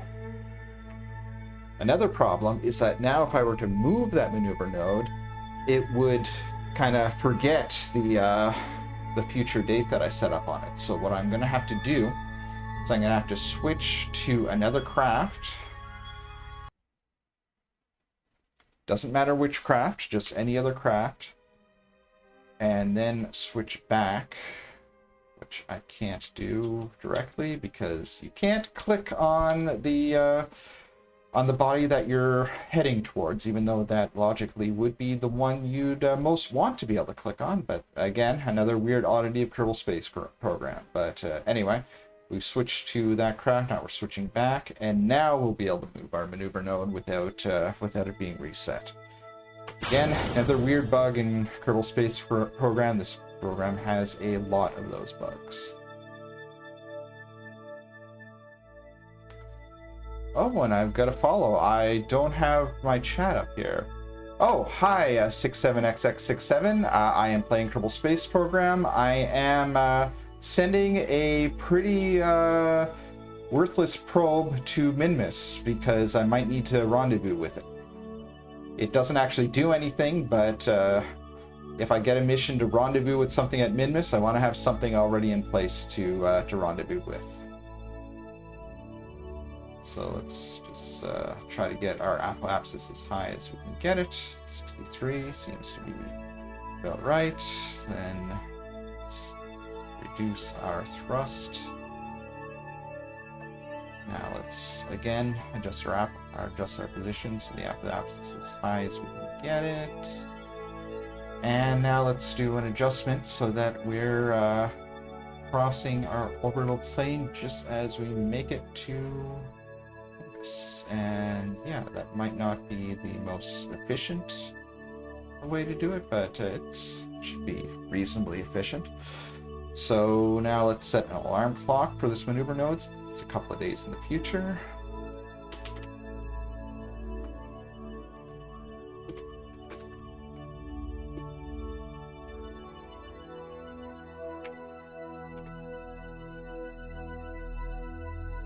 All right, and now let's go back to our rescue ship, because we are going to be rescuing someone from orbit of the Mun. And now we can warp to our maneuver node.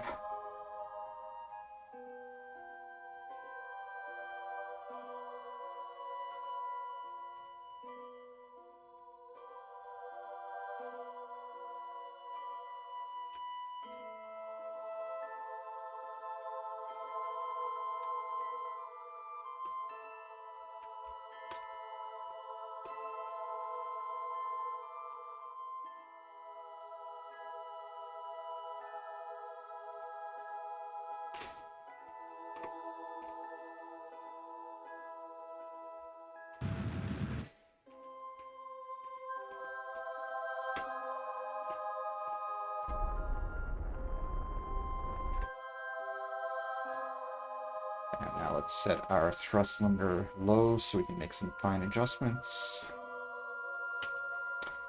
Set a new maneuver node just ahead of us so that I like to set it to about 3 minutes. Yeah, it's good. That gives us plenty of time to set up the adjustments without it being too far ahead. And yeah, we can't click on the Mun because that would be too useful.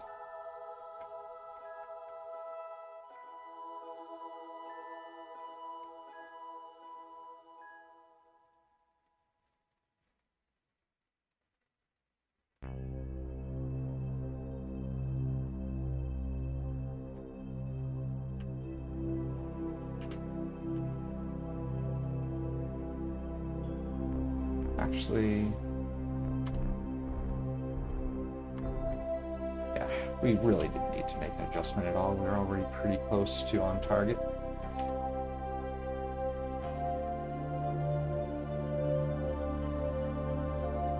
So now if we capture at our descending node, or an ascending node would work just as well for this, but if we capture at the planar node of the target that we want to reach, that means that our apoapsis will also be at the planar node, which means we'll be able to adjust our plane very easily because we'll be going very slowly at the apoapsis. So that's why I like to have our orbit cross our destination orbital plane just as it gets to periapsis.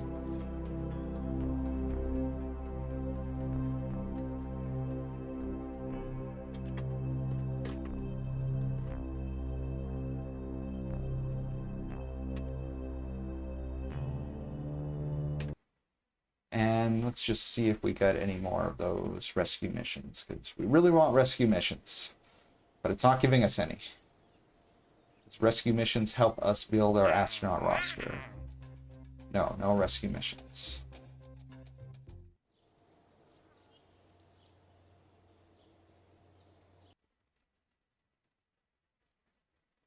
Well, we got one rescue mission, that's why we're going to the Mun, but we want more, and we want them to be in low Kerbin orbit, because those are easier.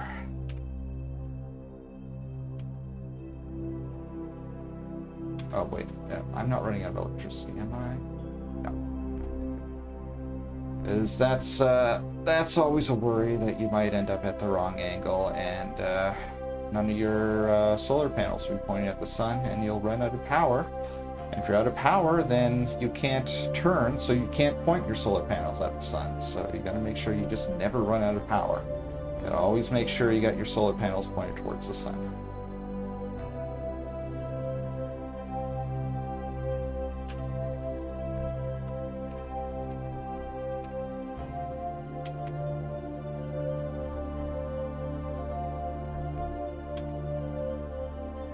That becomes less of a problem when we use some later solar panels that can automatically turn towards the sun, but those are overkill for some situations. So we'll always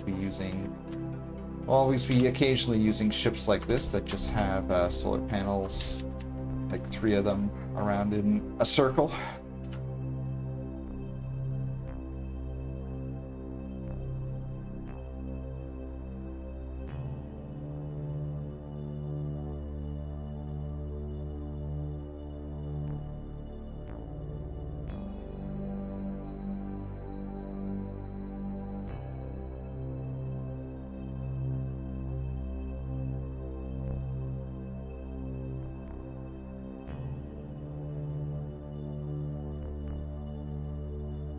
This right in the middle of the maneuver node, and now we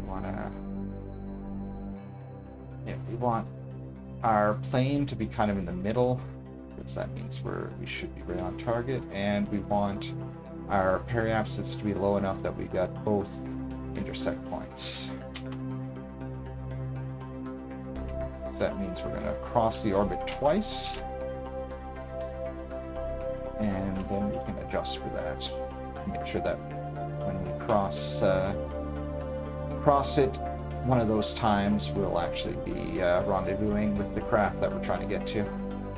I don't know if I'm making any sense, but I'm about to demonstrate it, so.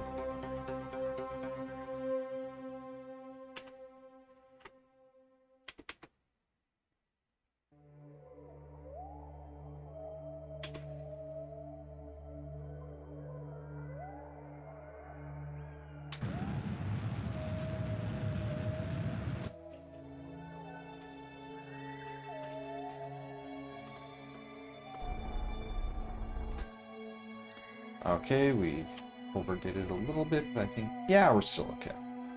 So now, let's set another maneuver node at our periapsis. And get it as low as we can without... Yeah, I think we're going to have to raise it up a bit, because our intersects are not... Yeah, they're not meeting each other. So let's raise it up, and... There. Now set this so that our separation goes down to 0, and that'll give us an encounter. That'll give us a rendezvous with the Kerbal that we're trying to rescue. Although, okay, grammar, yeah, over the Mun, fine, because we got a tourist on this ship. It's the best setups for rescue missions are 2-seat ships, but we gotta fill the other seat with someone, or else we'll just be wasting money. So we got a tourist that wanted to orbit the Mun.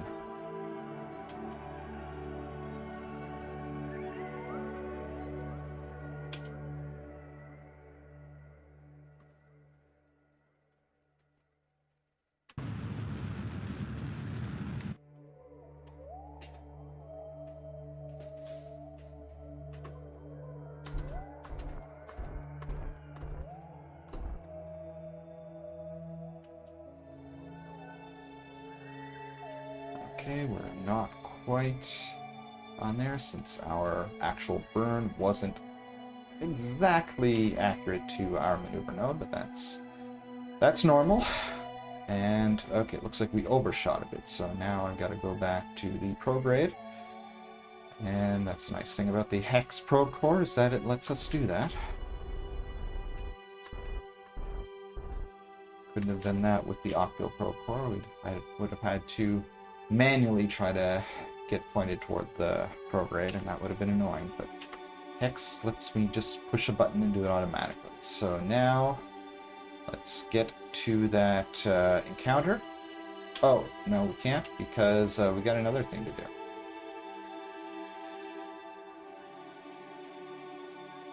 We've got this adjustment.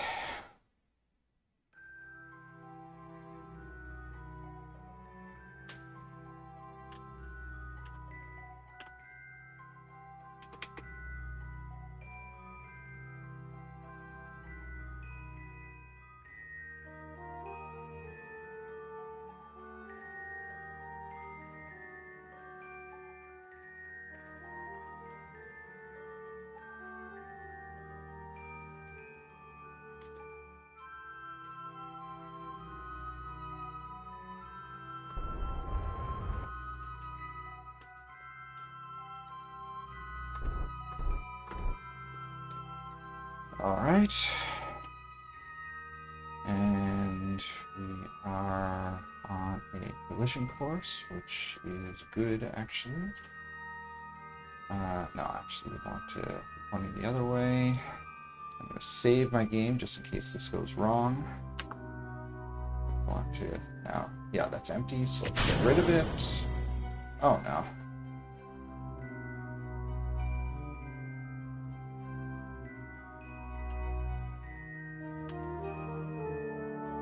Okay, we've gotten rid of it, and yeah, it is still on a collision course. So now that our empty fuel tank is on a collision course, let's set ourselves a maneuver so that we are not on a collision course, because we don't want to collide with Minmus. We want to orbit it.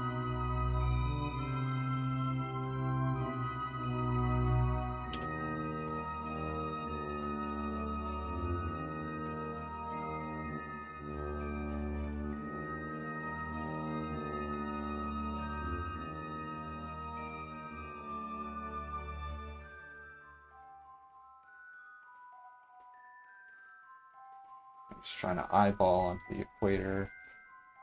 I think that's as close as I'm going to get, so let's set our thrust very low, since this is a very slight adjustment.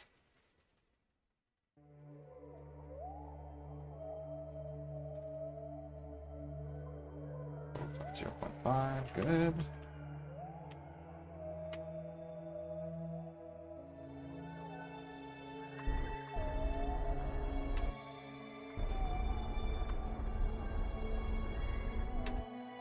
All right.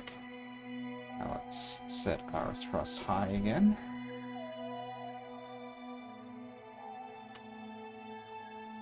And capture.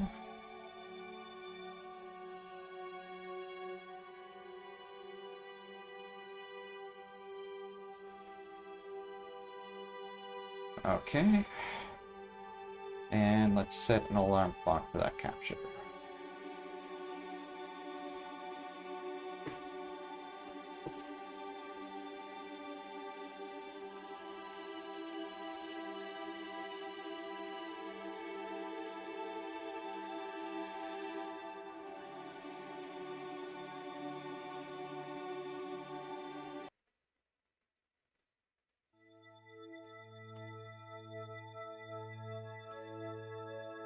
That is 2.5 hours away, and our...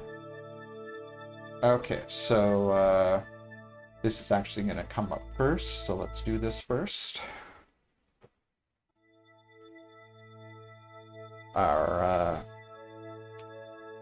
maneuver node that we set up is going to happen before that, before we reach our rendezvous target, so I'm going to have to burn that first.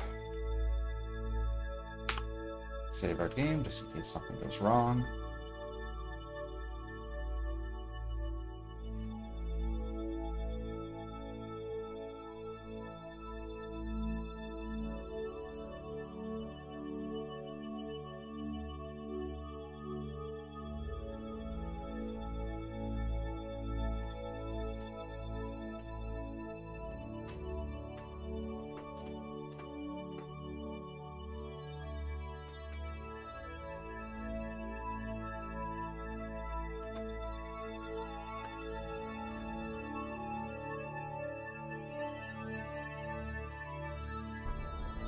Oh. Yeah, that's not what I wanted. I had left the engine set to extremely low power. Maybe I should have reloaded my save, but I'm not going to. I think we're still okay, because I'm gonna have to make an adjustment maneuver anyway, so we don't need to be exactly on target at this point.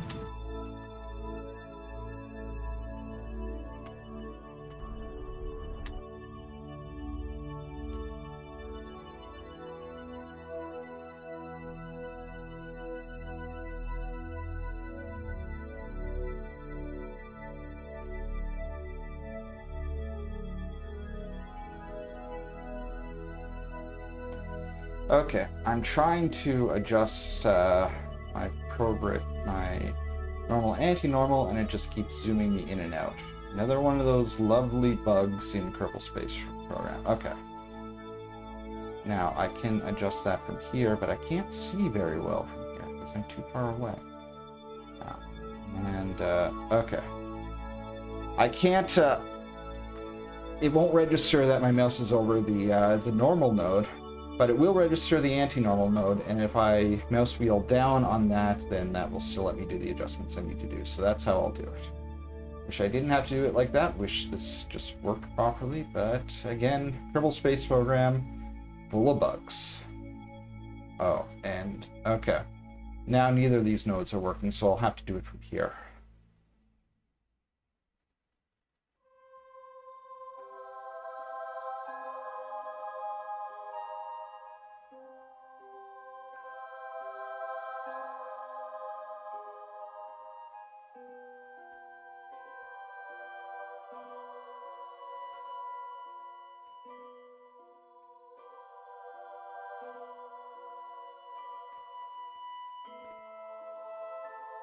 Okay, that should be good.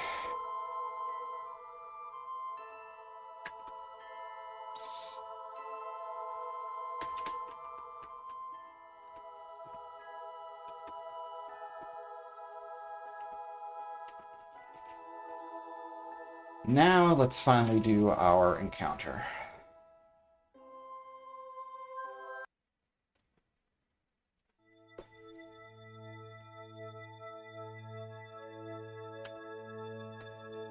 Let's just make sure, yeah, all of our alarm clocks are decent distance away. So let's do our time warp. I think we would have overshot that, because sometimes time warps like to send you to the following orbit for some reason, even though you really don't want to. Again, Kerbal Space Program is full of bugs.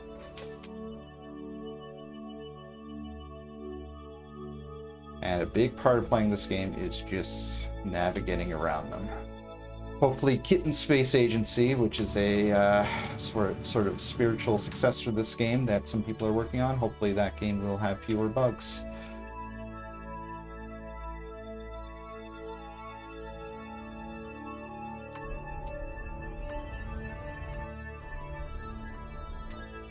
Alright, now let's get ourselves pointed to that thing to make it easier to do the rescue.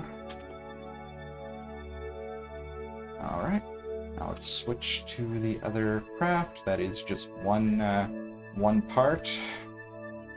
And let's EVA our astronaut, turn on their jetpack, and start maneuvering ourselves towards the rescue ship.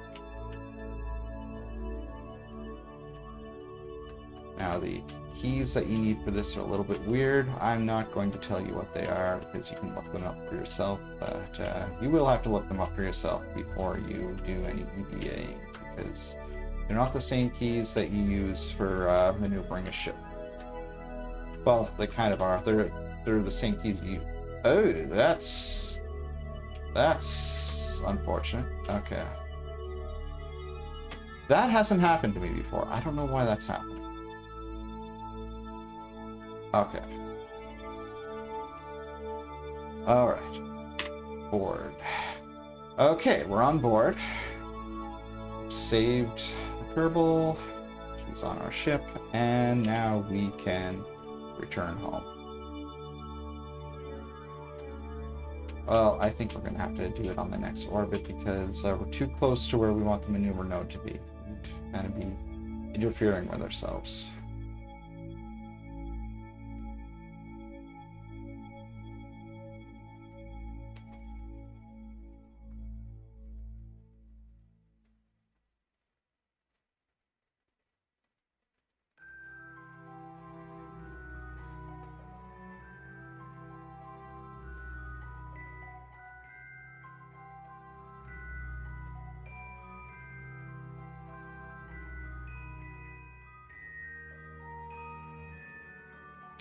Yeah, 34 should be fine.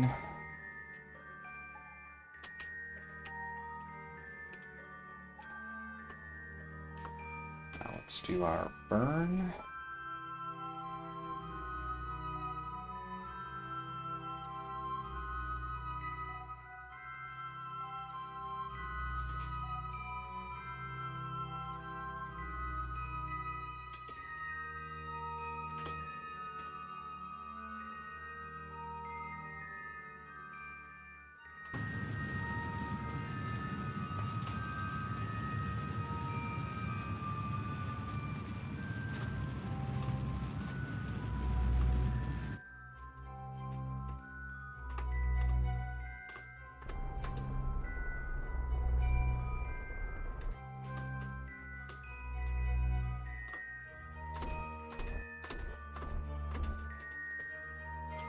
Where's our periapsis now? It is at 35. That should be fine. So let's set up an alarm clock for that. 1 day, 0 hours, and let's put it at 41 minutes.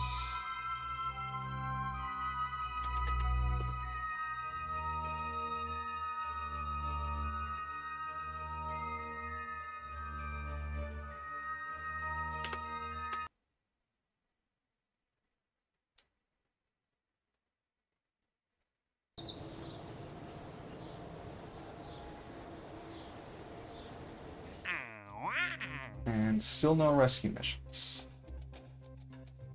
I mean, we got this rescue mission, but it's a 2-star, which means it's gonna be a pain to do. So I'm not gonna do that rescue mission.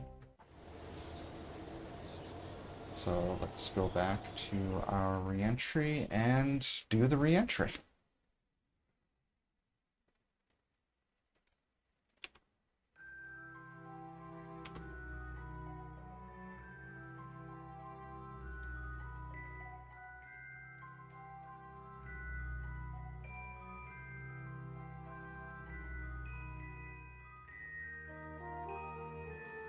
Oh, okay. We overshot. Because, again, Kerbal Space Program is full of bugs. When I told it to warp to the next thing, it actually warped past it. Because that's very useful. But that kind of happens if you're not in the appropriate sphere of influence when you do the warp. Okay, now I'm in Kerbin's sphere of influence, so now if I do the warp, I think it'll work better.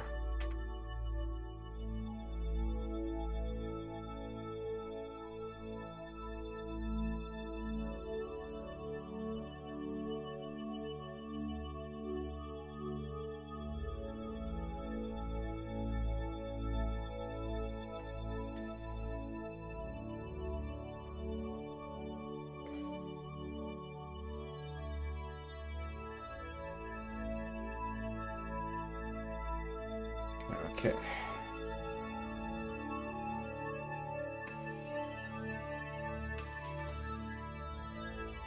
Hopefully I didn't forget anything. I don't think I did. I think I'm okay.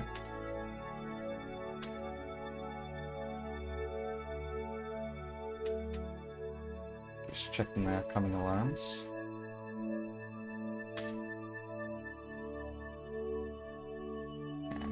Use up all our fuel so that we'll be going a bit slower when we get into the atmosphere.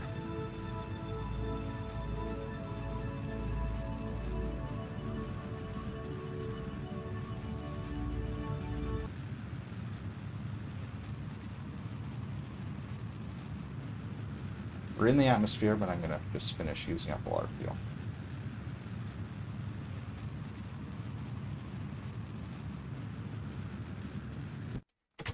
All right. And again, because we've got the Hex probe core, I don't have to do any kind of piloting to keep us pointing in the right direction. It'll just happen automatically. The wonders of technology.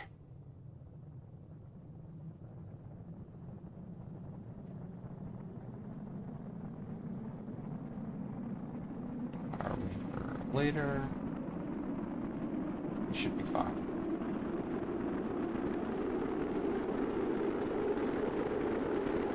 Battery's heating up. If it explodes, that'll be a little bit annoying, but not a deal breaker.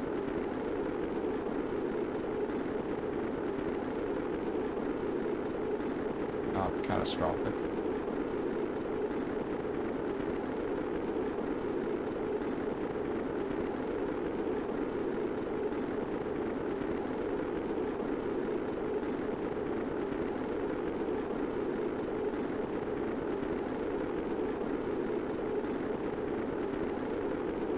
Oh, it's cooling down. I think it's cooling down. Yeah, it's cooling down. We're out of ablator, but that's fine. We're going slow enough that we don't need it anymore.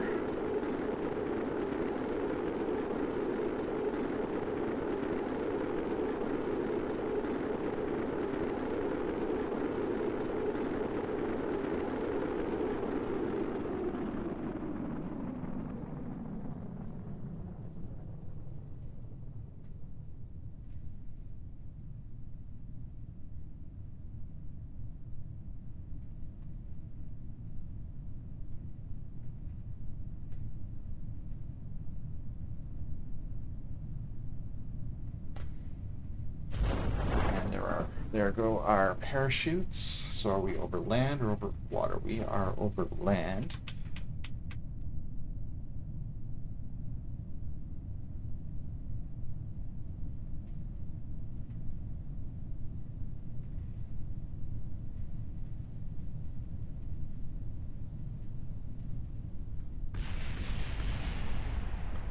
That's just the rest of our rocket crashing. It's supposed to do that.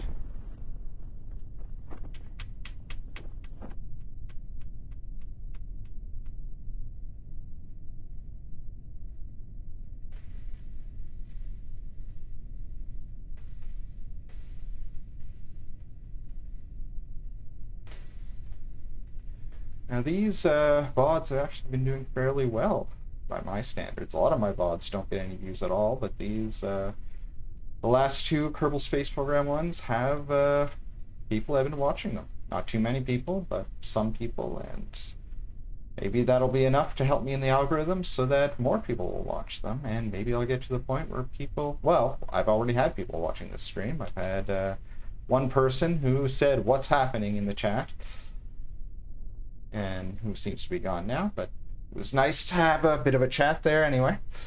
But hopefully, if more people watch this on YouTube, then more people watch my stream on Twitch, and I'll have people in the chat all the time, which is what I want on this channel. So if you're watching this on YouTube and you want to help me out, you know, give it a like, give it a comment, subscribe, all those things. That gets me closer to my goal of not having to talk to myself this whole time.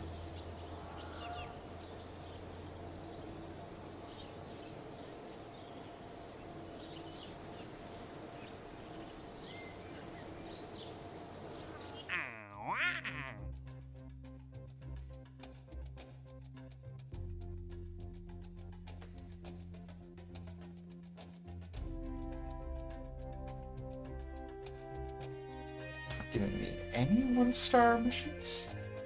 I thought that there was a you know, a set number of missions for any given star level, but maybe there isn't.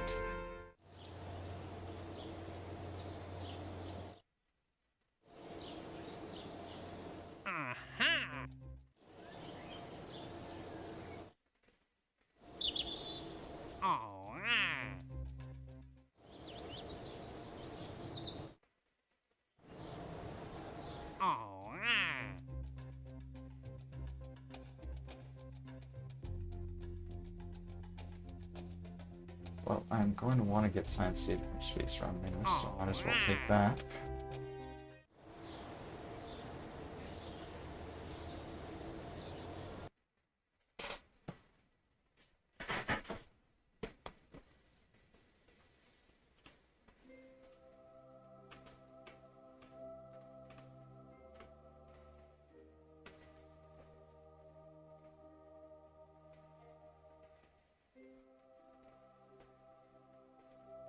So I still don't have enough astronauts to make one full mission crew.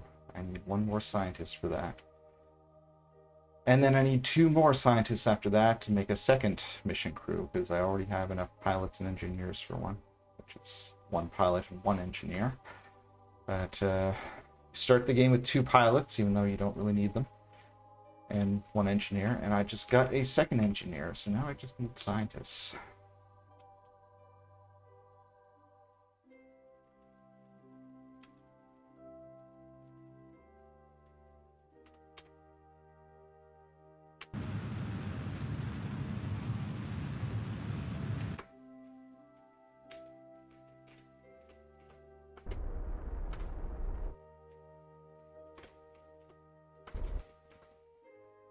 Alright, so I'm orbiting. Let's get some science, because that was part of our mission.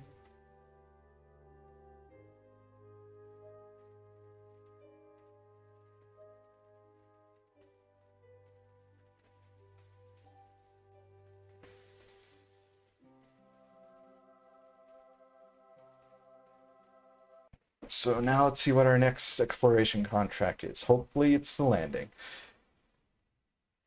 I thought that we'd be going beyond Minmus in this stream, because landing on Minmus is really easy, but I forgot about all these other missions. So, explore Minmus. Oh. Crew transfer. I wish I didn't have to do that.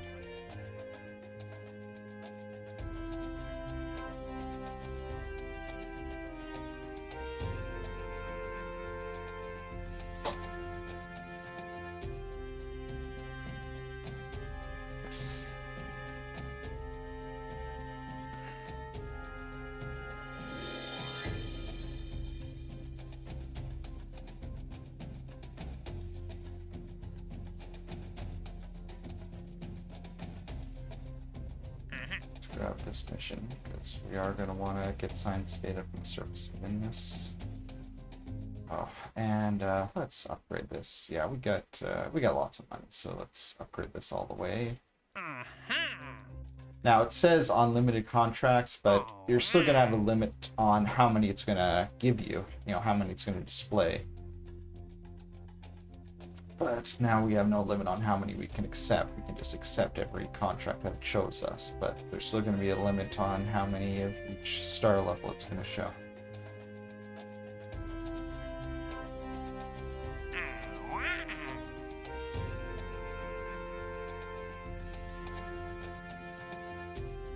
Yeah, I don't want these Mun Tourist missions. What about this one? More Mun Tourist missions.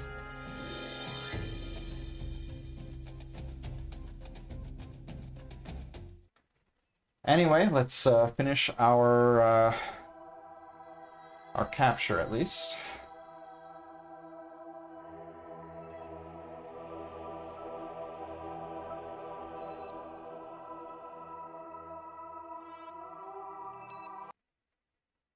I didn't clear away the maneuver node, so now it wants me to burn it again, but I'm not going to do that.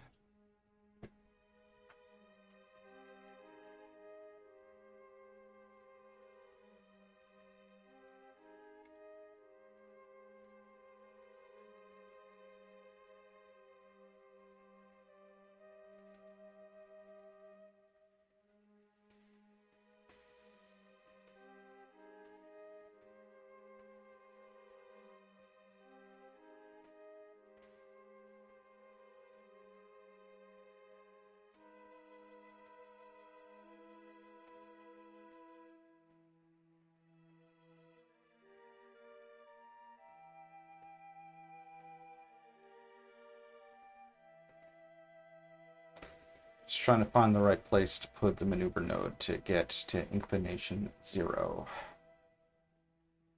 I want this to be equatorial.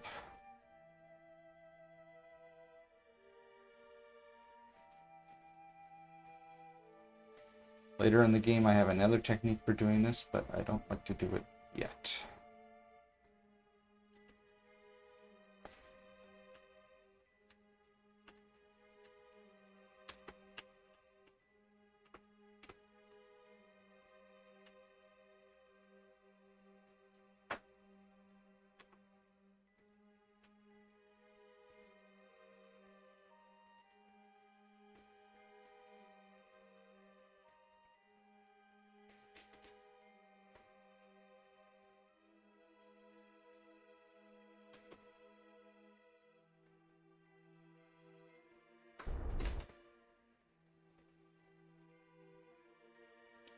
Yeah, now I'm at inclination 0.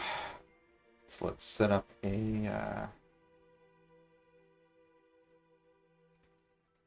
Actually, no. Let's leave me in this orbit, and let's adjust our thingy over here.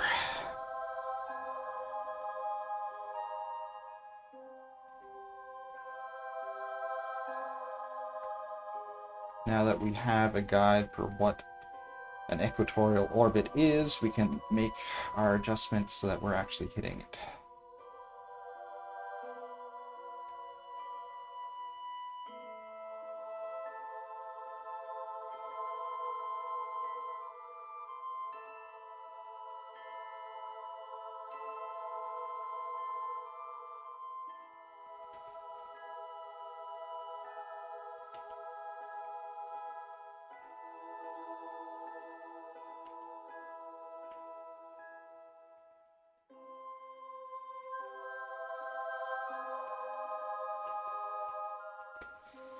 Alright, and now it's going to want me to transfer crew. I'm not going to wait for a tourist mission, and I'm going to want to have all of my crew members land on Minmus, so I'm going to set up a new landing mission. But this one will not carry any science with it, because I won't need to do that twice.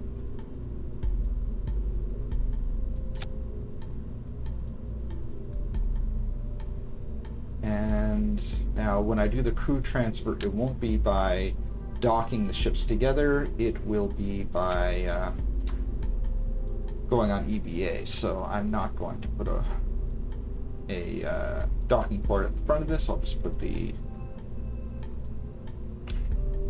parachute on top. Give it a, no, this is the right heat shield. Heat shield with a little bit of later. That should be enough. And I didn't put a hex on this because I am going to give it an actual pilot.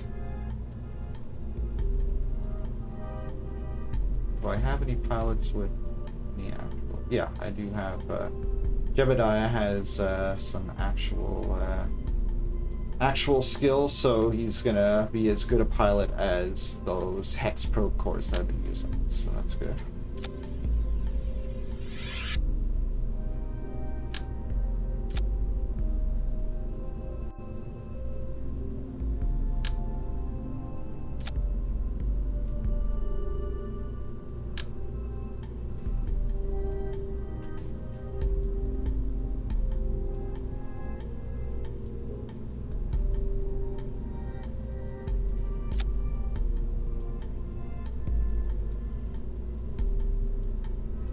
So how much shelter will I have? Okay, that'll be plenty. Provided I can use another stage to actually get into get to Minmus. I don't want to be just on 1500 meters per second to do everything.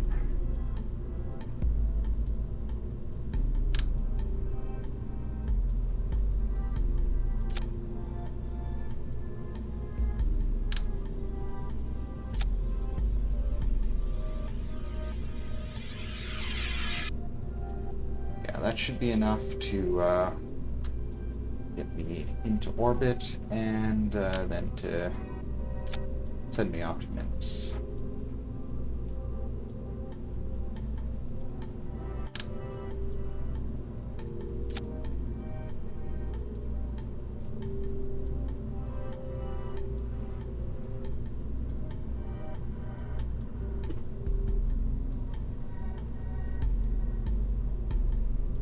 I don't actually need landing legs, because Minmus barely has any gravity, so just the,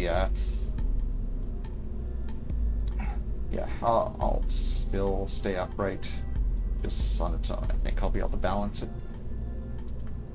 And, okay, 6 tons.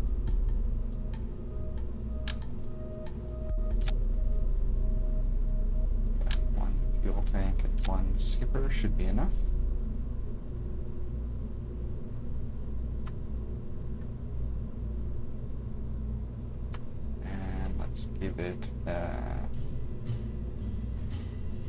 battery. And an antenna.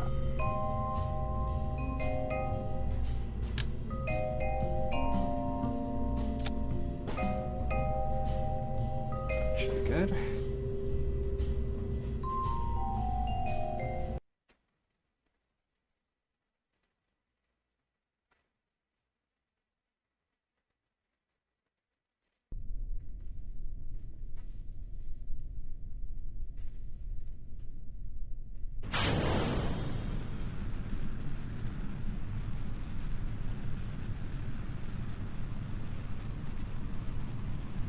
That's too much of a curve.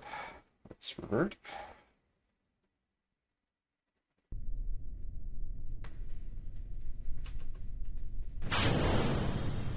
It's probably too little, but it'll be okay as long as we have enough fuel. We might not have enough fuel though, but I think we'll still do it. Yeah, we're curving pretty quickly now, and at 20 seconds, I'd like to pass the 45-degree line at close to 30 seconds. Looks like we're going to be a little bit past 30 seconds, but that's fine.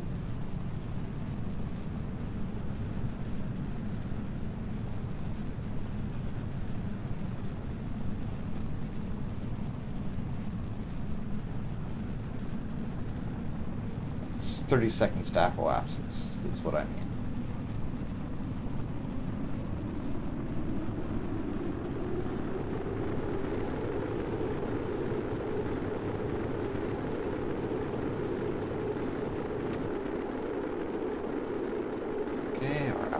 Is at 66. It should go down to 65 because of air resistance.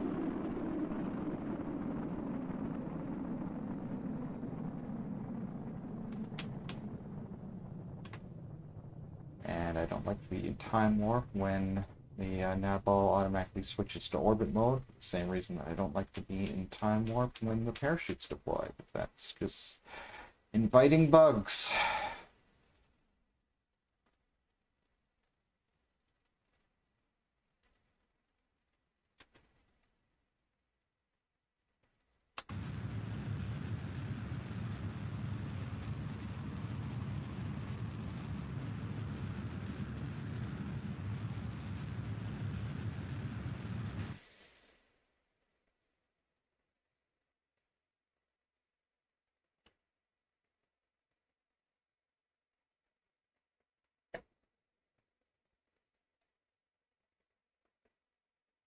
Okay, now this time I'm not going to try to get closer to Minmus' plane when I circularize because the planar nodes are too far away from my apoapsis.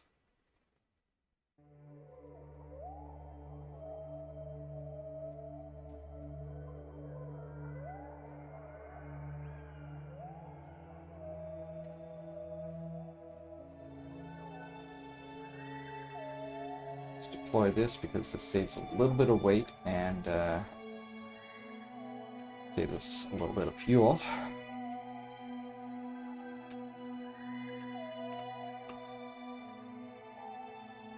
And since I'm in space, I don't need that anymore.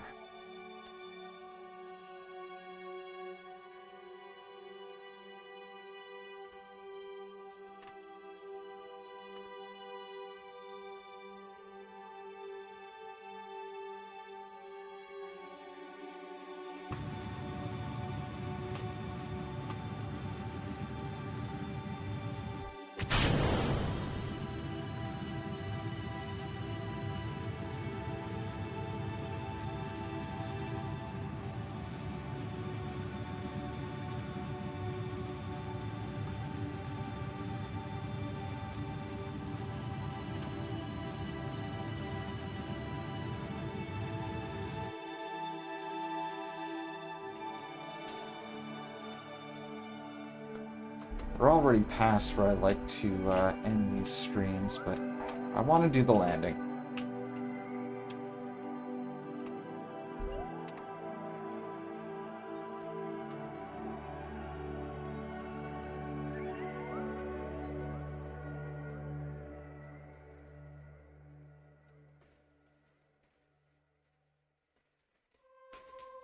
always end up in exactly the wrong place.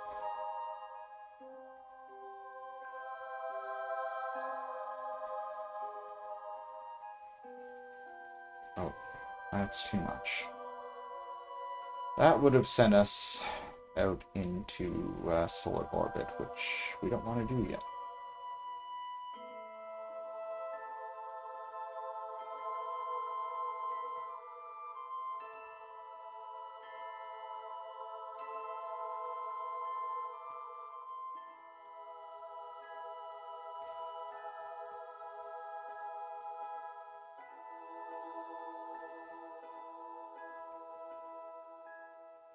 Yeah, that should do it.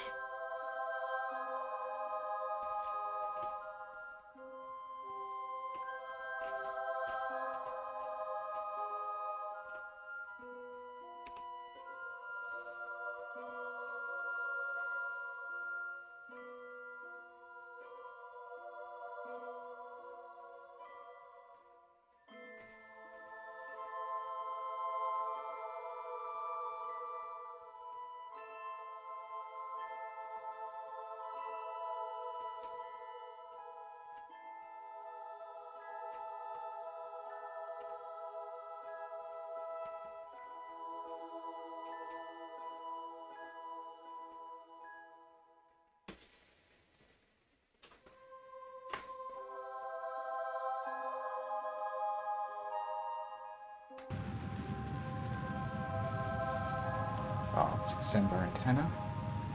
Now, since we've got an actual pilot on this thing, that might not be as necessary as it would be otherwise, but I'd like to do it anyway.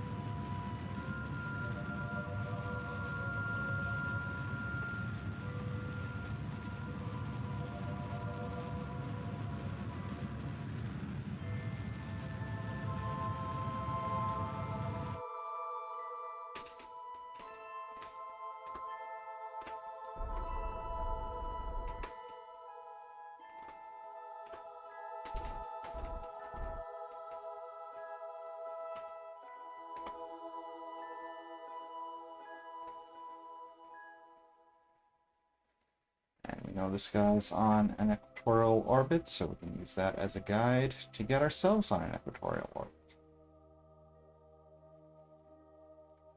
And, well, we're going to be rendezvousing with this guy anyway, so we need to have him as our target anyway.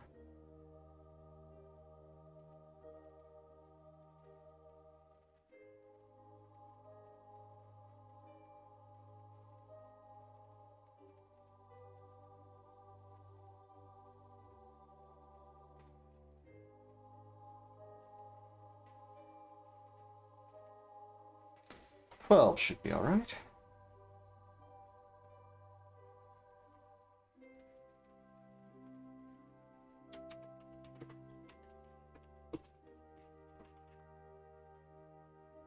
Okay.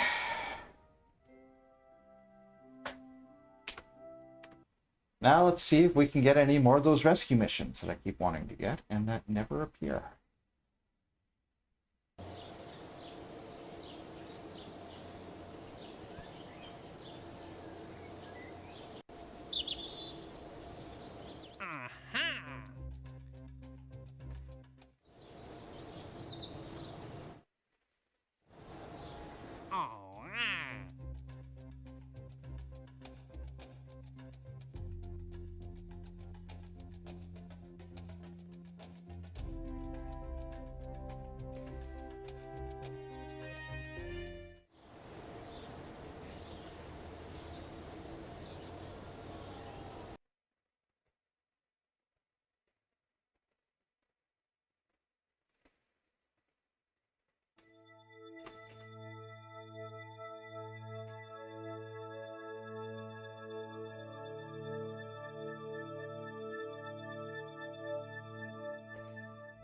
Now, all this business with the rendezvous target, this is something that's really only necessary in our Mun and Minmus landings, because once I start going on to other planets, I tend to rendezvous and dock with things as a matter of routine, but I don't start doing that yet at this point in the game. I don't have the technologies unlocked for what I'd like to do in later parts of the game.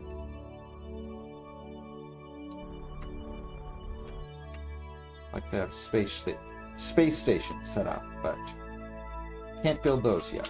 Don't have the technology somewhat.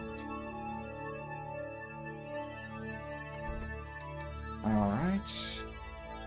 It's saying we're on target, but we're probably not exactly on target, so let's do some fine-tuning.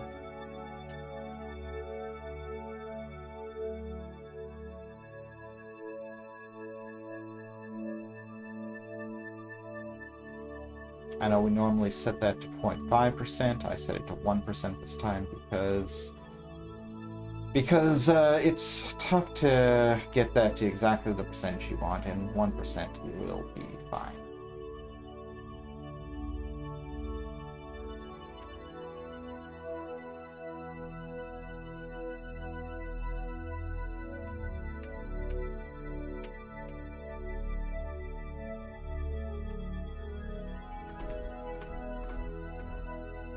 Yeah, okay, now we're on target. Get our thrust limiter back up.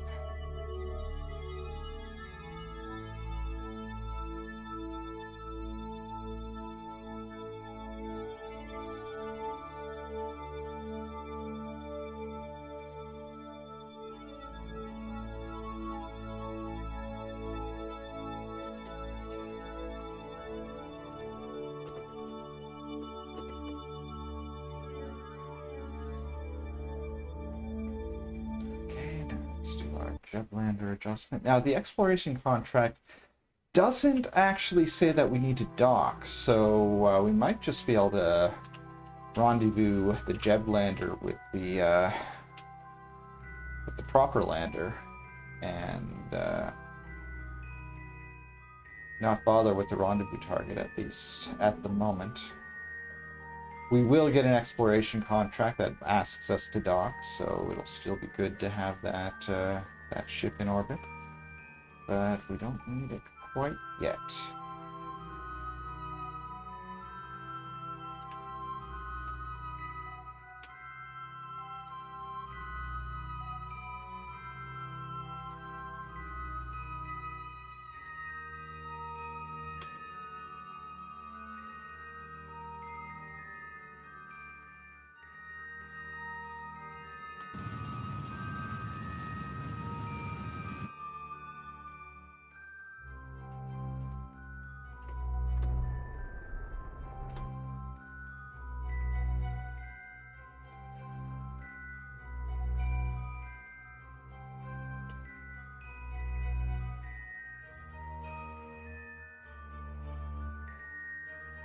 Alright, over 3 minutes.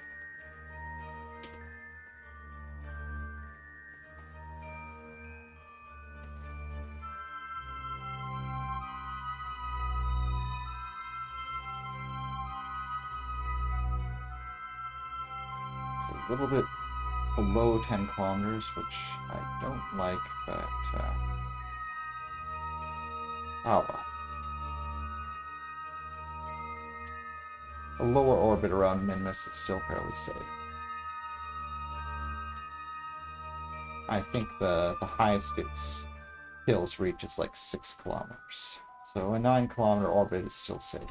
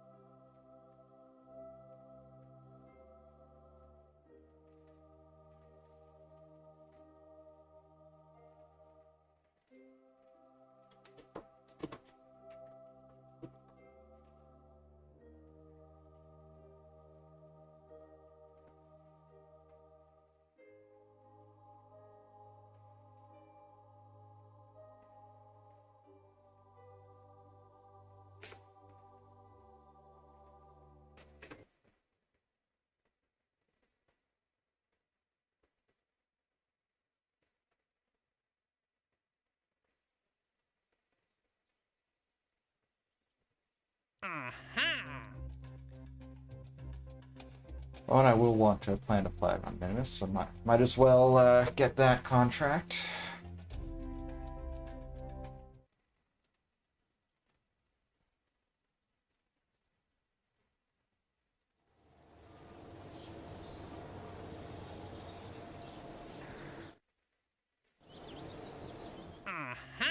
Okay, we got a rescue contract. Let's save our game to make sure it's not a pilot or an engineer, because we really want scientists.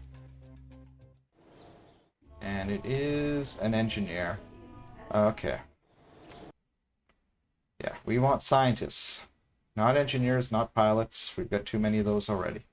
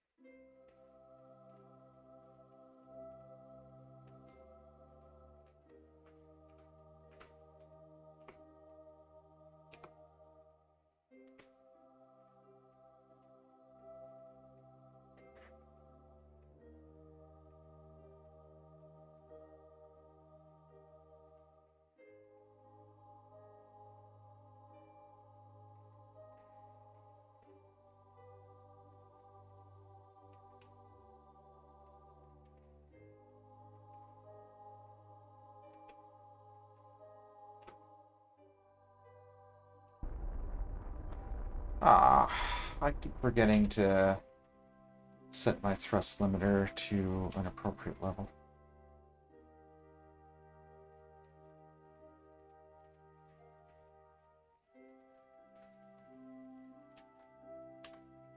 And an appropriate level is the maximum, because normally that's where you want it. I only set it low to do fine tuning.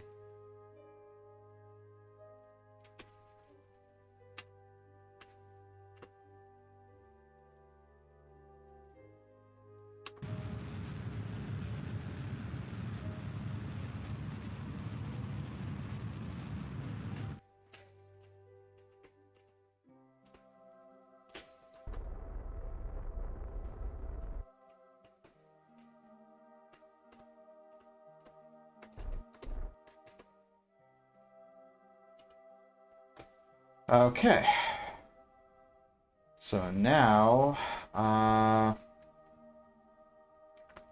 let's get our plane adjusted. And yeah, I'm not going to stage that extra rocket yet, because I still got some fuel in it, and I think I'll have enough fuel to do all of my maneuver changes. Let's orbit at 50 kilometers.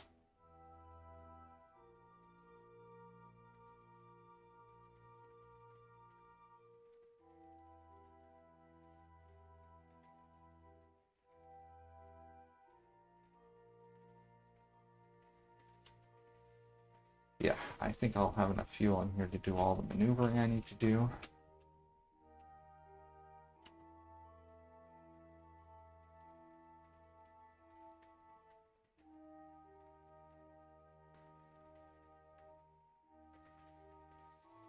But before I do that, let's get this guy to orbit at 50 as well, because he's going to need to, because he's going to need to rendezvous.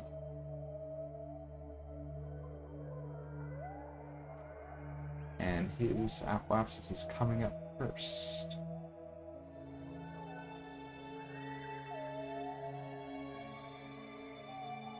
So I want to get my periapsis to just below 50.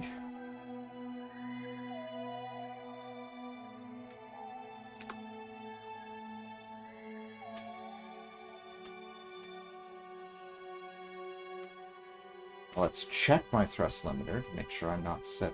No, I'm set to maximum level, which is where I want to be.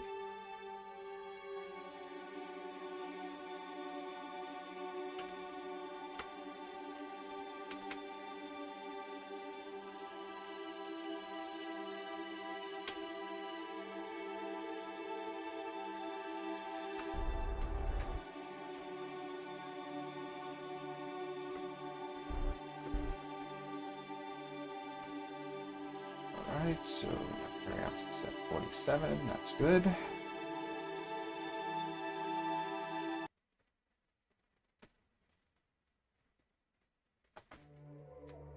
Now let's do this guy's maneuver.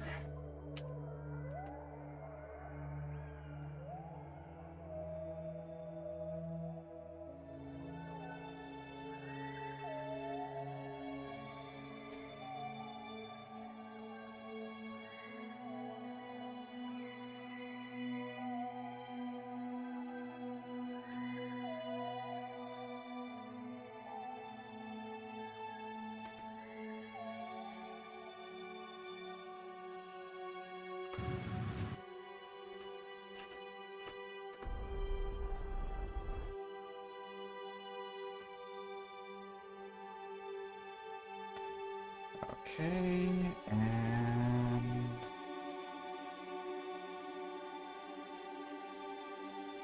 7 minutes.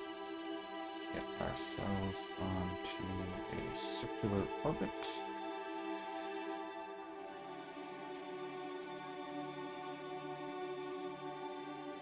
Okay, 2 hours, 7 minutes, and this guy will be at his periapsis in 2 hours, 36 minutes. So, yeah, we gotta do this guy's maneuver first.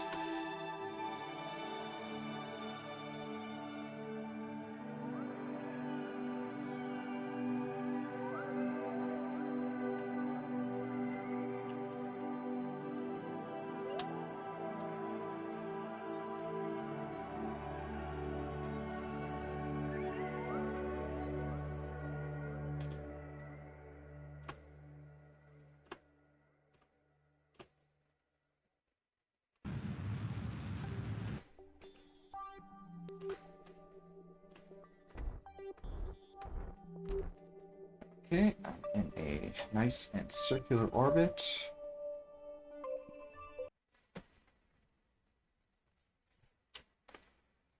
And now let's do our rendezvous. So I just lower the orbit until the intersection misses, and then bring it back up until it hits. There we are.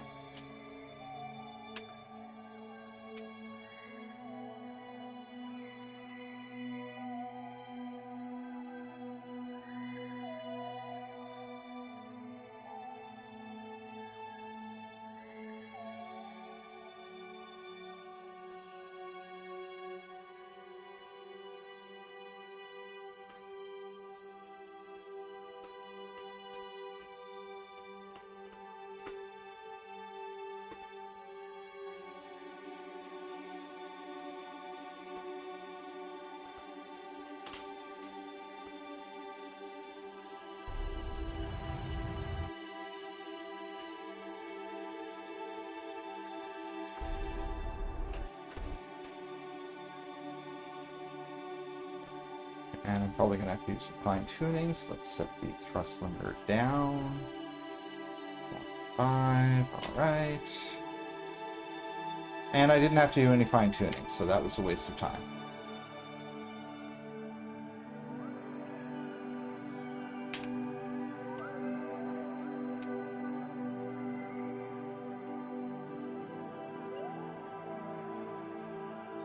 Set to target mode so that we can automatically thrust in the appropriate direction to match speeds with our target.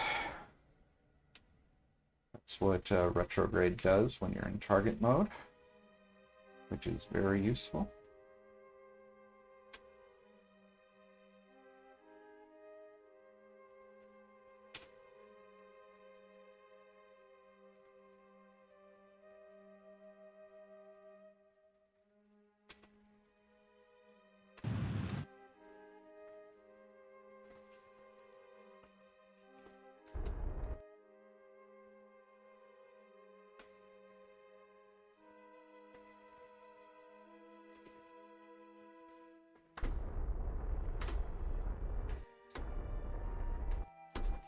All right, so we're rendezvoused.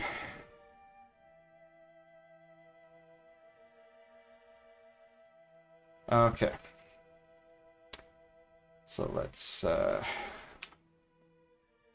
eject our bill here, and the ship will keep in place because it's got a probe core on it.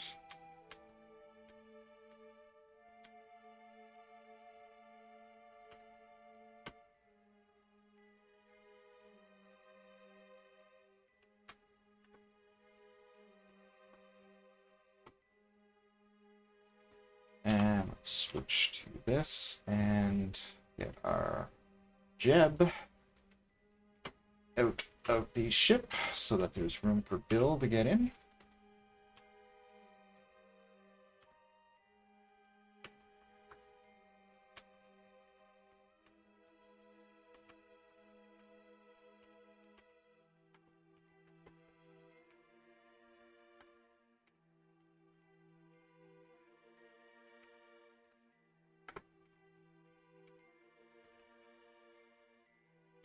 Board and unboard because we really want to get Jeb back into this thing.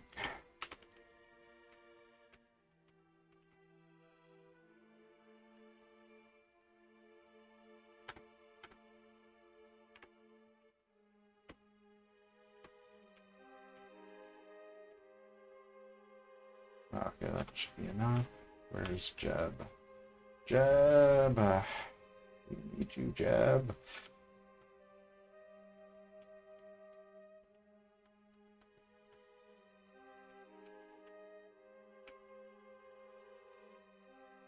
His headlights on just to make it a little bit easier. Because right now, Jeb's ship has no control. It has no probe core, it has no pilot, it's just spinning out of control, so I've got to do some fancy maneuvering and get aboard it. Okay, and we are on board. We now have control. Okay, so contract parameter complete.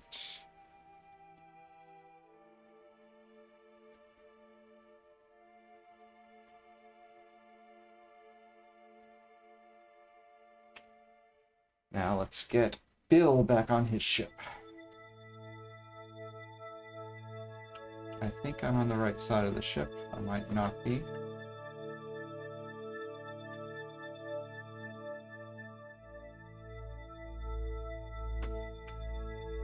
Yeah, I'm on the right side of the ship.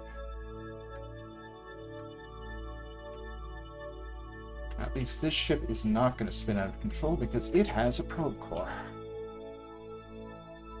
Alright, both my guys are back on their ships.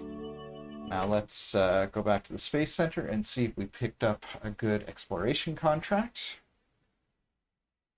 By good, I mean one that'll ask us to land on Minmus. Oh.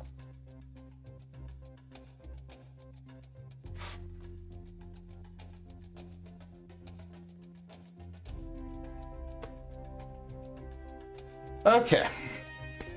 I did not want to pick up this Friskus because he is not a scientist, but I'm going to pick it up anyway because that will take care of this exploration contract. So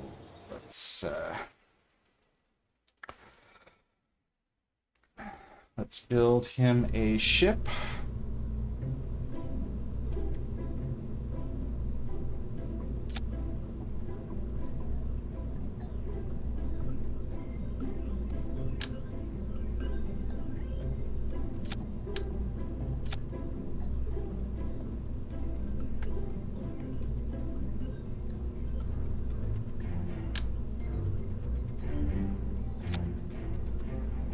Because I'm going to need more than two crews anyway, so still going to need an extra engineer.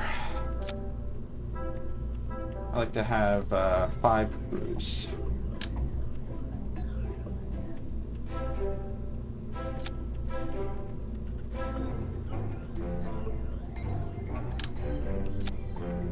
Okay, and where is my... Okay, Carmen... Yeah. Let's put Armin on this, since that will complete a mission. It'll complete a mission, but it'll complete a 2-star mission, I think. I actually would rather complete a 1-star mission if I have any left. Do I have a VIP? Yeah, I got a couple of VIPs, so let's do Dunny.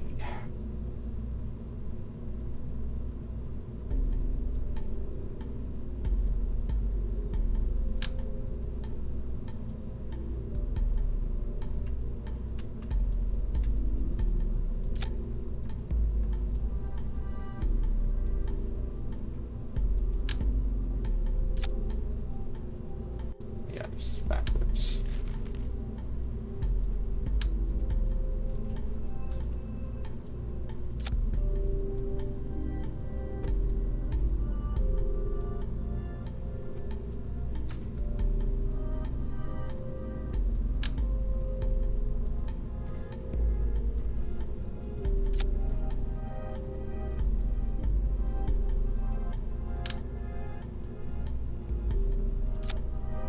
And I can go completely without a blader this time, since I'm just going to be in low Kerbin orbit.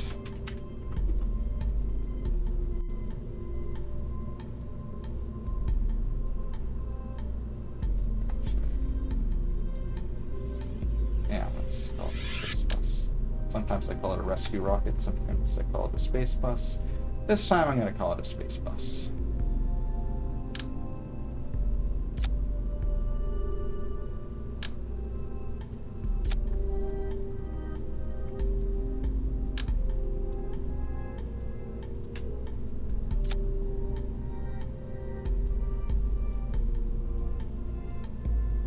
Yeah, that should be plenty.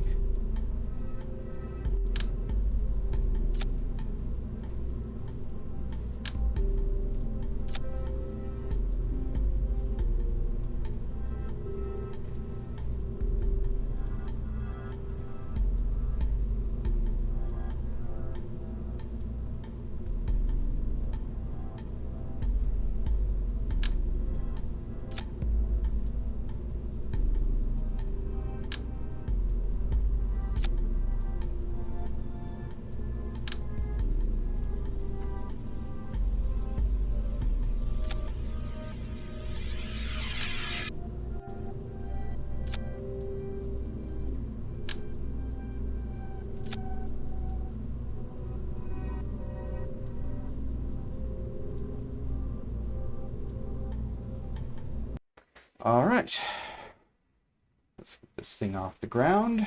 Hopefully I built it right.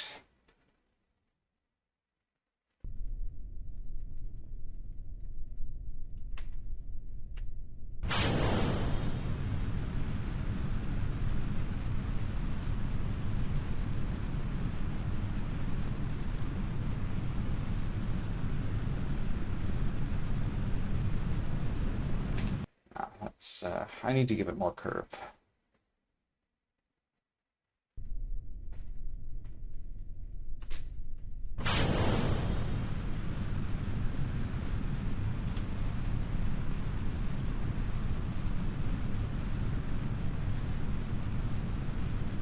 I think I did a bit too much curve, but I think I'll still be all right.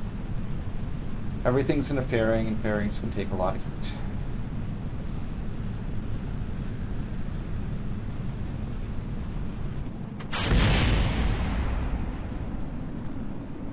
I am rescuing a Kerbal from low Kerbin orbit, but my main mission is actually to do a crew transfer between vessels in low Kerbin orbit, well, in Kerbin orbit.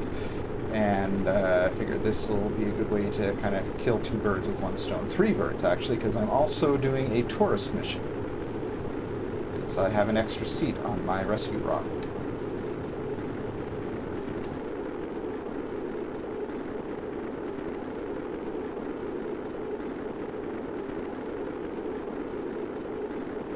Let's just make sure I picked up all those missions. Yeah, transferring crew, and I got my tourist missions and my rescue mission.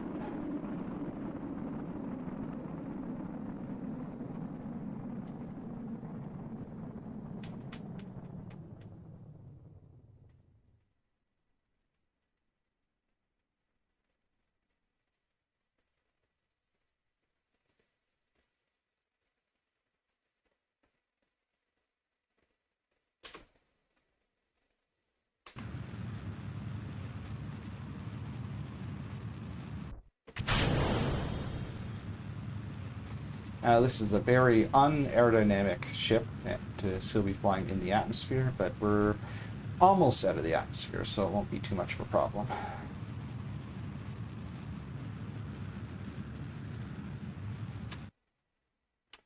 Okay, so there's our target.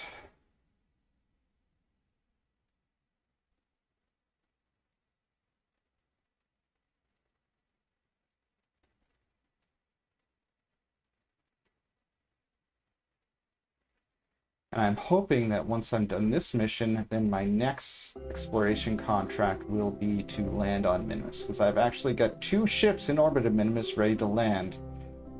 But I want to get an exploration contract before I actually do it.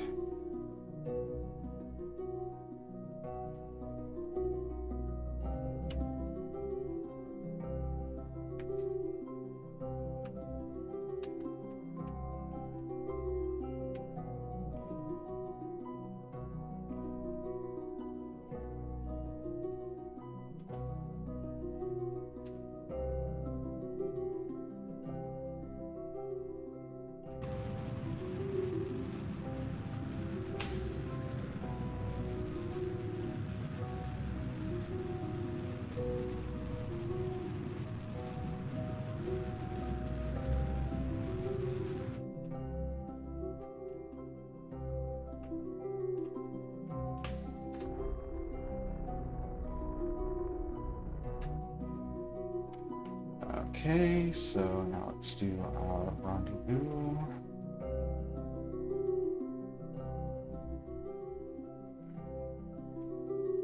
Don't have as much fuel as I would like for this sort of mission, but I think I have enough.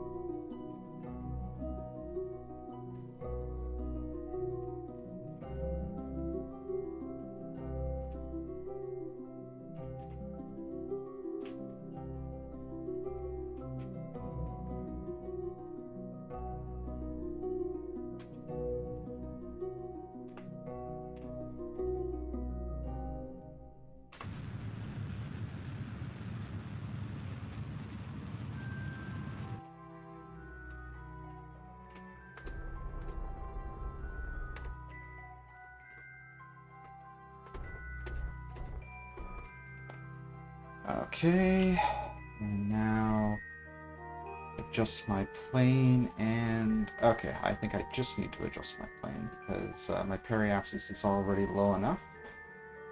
So just get my plane adjusted.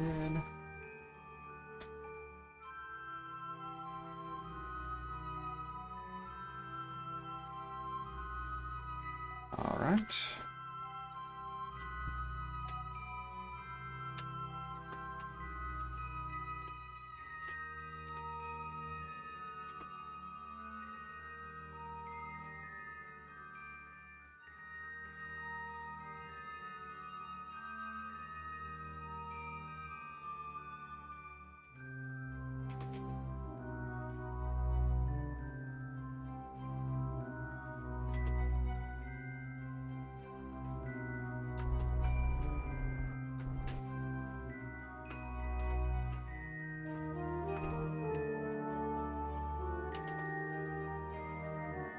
And now let's set up the rendezvous. Gonna have to advance the orbit a couple times.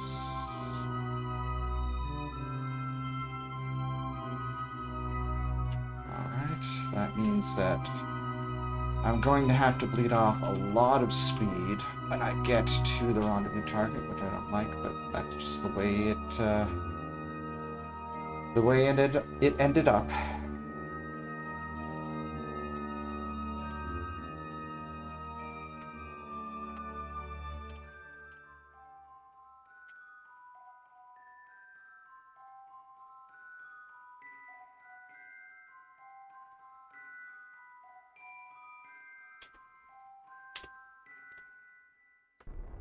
Oh, that was overkill.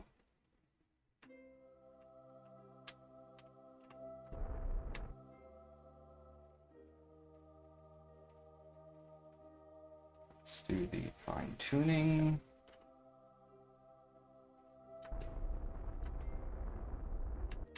All right. Our tune is fine. And let's get our rendezvous.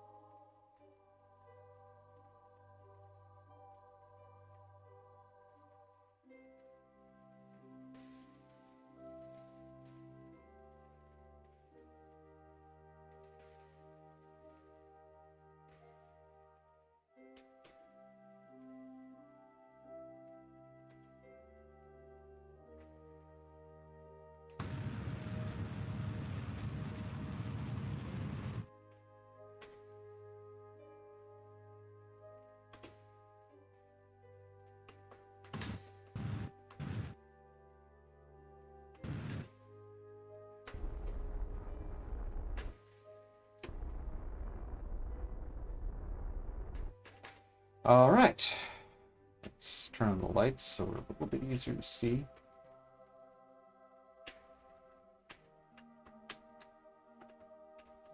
And then switch to the other ship.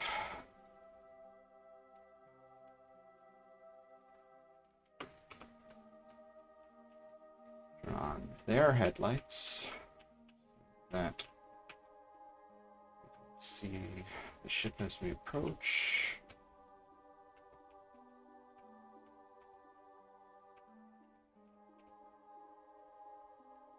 Board and deorbit.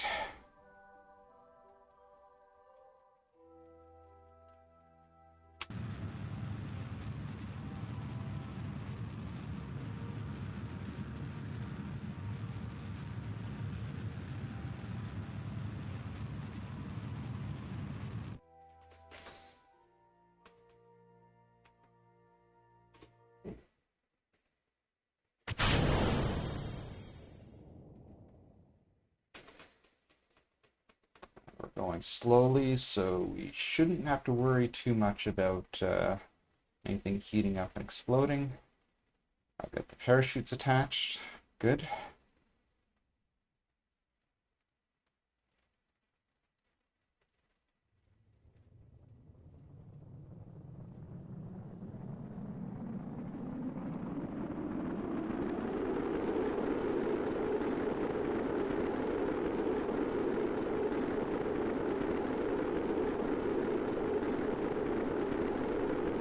Probably going to land on that bit of land.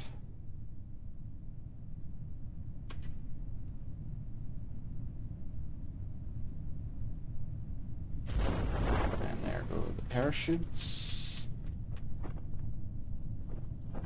Oh, maybe I'll land in the water. I'm not sure. Yeah, it looks like I'm going to land in the water. Not going to quite reach that bit of land.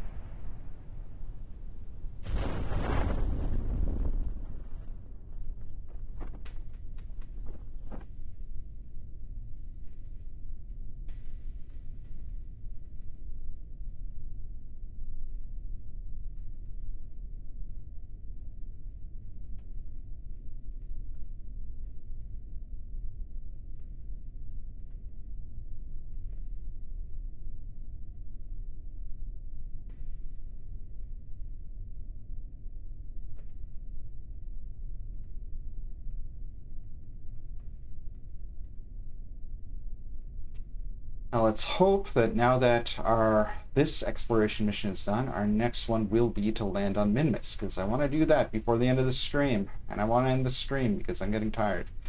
And I want to turn my air conditioner on because I have to leave it turned off when I stream because of the noise. And on a day like today, I don't want to have my air conditioner turned off.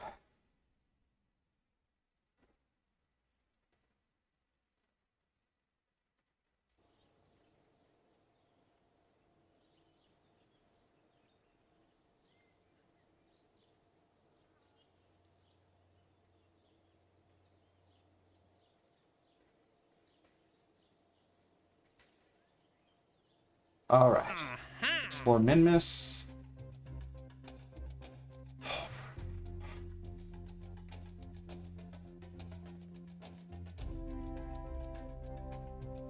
Okay. The rendezvous target doesn't capture for until that exploration contract will already be off the screen. So I am not going to accept that exploration contract because I want to land. Let me land.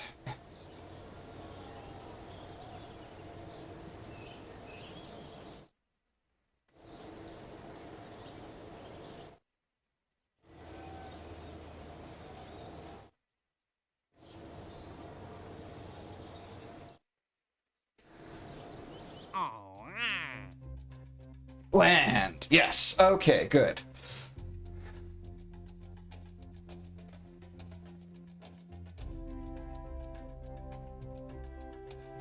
And I'm going to take this mission too. Well, actually, before I take this mission, let me see what kind of Kerbin that is that I'd be rescuing. Because I really need scientists. And Debald is a pilot. I don't need a pilot, so I will not take that mission. I'll reload my save. But yeah, let's land. Let's do all our stuff. What else do we have to do? Land, walk, return. Okay.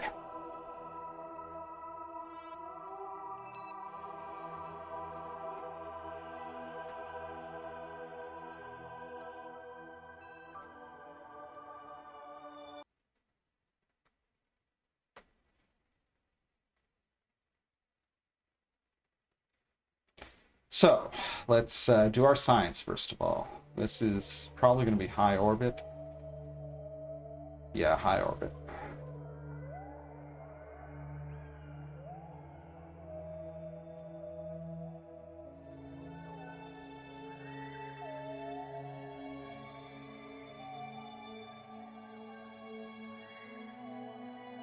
Yeah, I've already done a couple of those, but I'm going to do them anyway.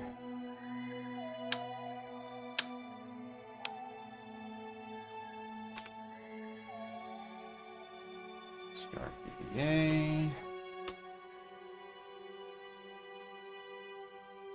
BBA report. BBA science. And I screwed up a little bit. Let's wait for the science to get here. Now let's collect everything so that I don't have to send Bob around collecting everything. Just send him to one place. Take all the data, then restore this, because we're going to need to do some more experiments with those. Restore this.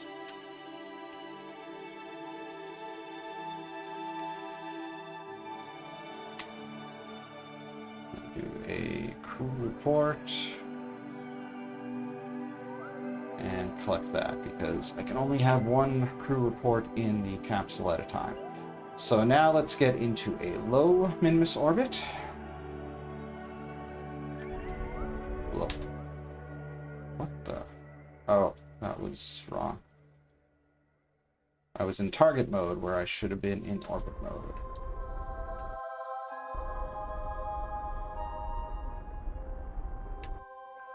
Okay.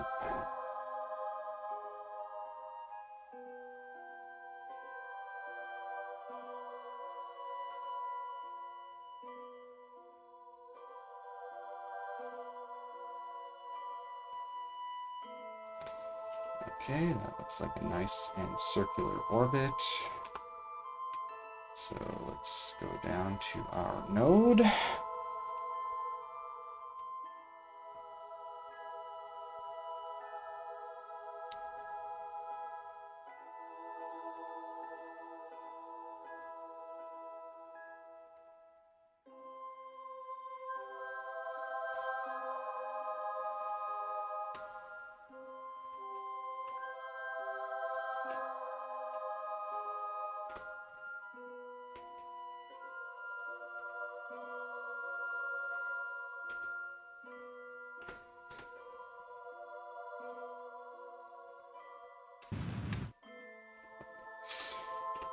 bit more thrust than I was expecting.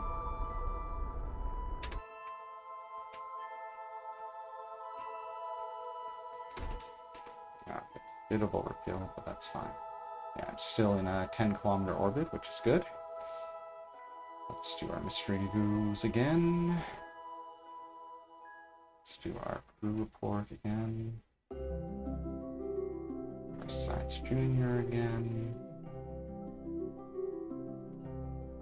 Temperature. Our pressure. And let's collect it all.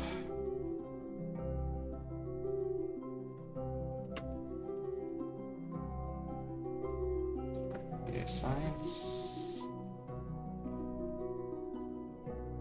And our UVA report.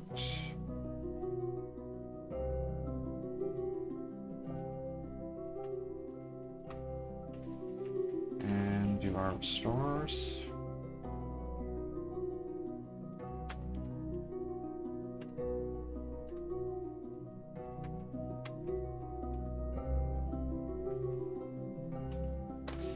All right, now we can land.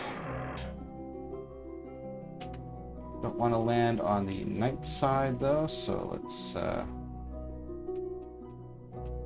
around until we get to the day side. Now, it doesn't look like there's any good flats on the day side, so I'm going to land on this elevated area. That's still reasonably flat. But these areas here are completely flat, so they're really easy to land on. But I'm not going to do that yet, because none of them are in daylight.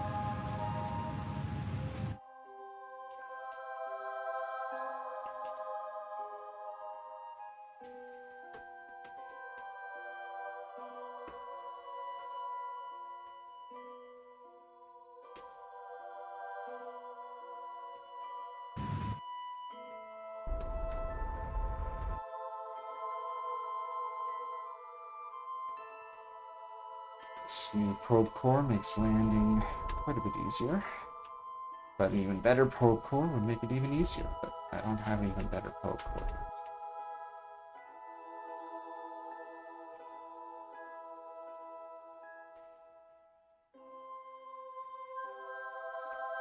Okay, let's do another crew report.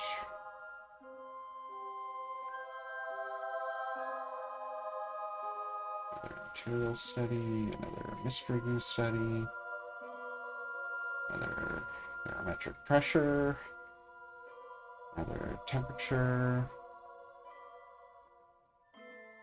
Collect it all. Get out.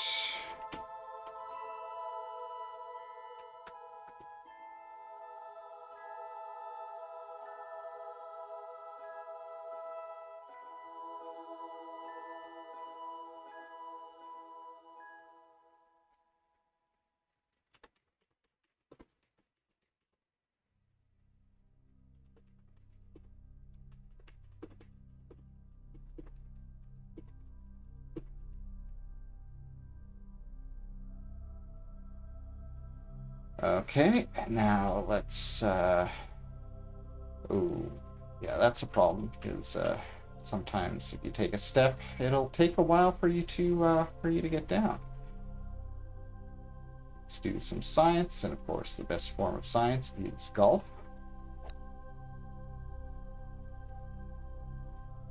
That's a fact, you can look it up.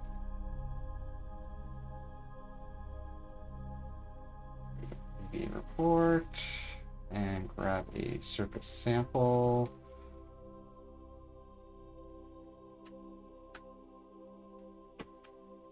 it's best to just get around with jetpack on Minmus, because if you walk, then if you take a step, you might not be able to get down.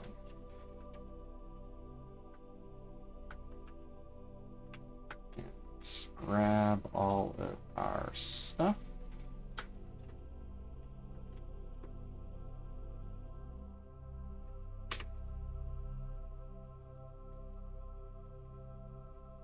All right.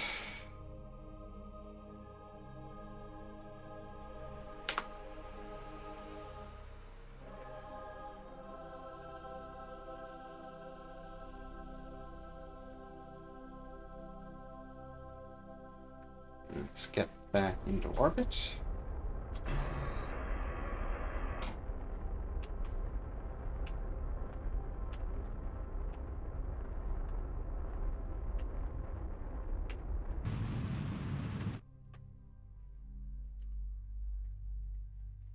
Oh, that's higher than I wanted, but oh well.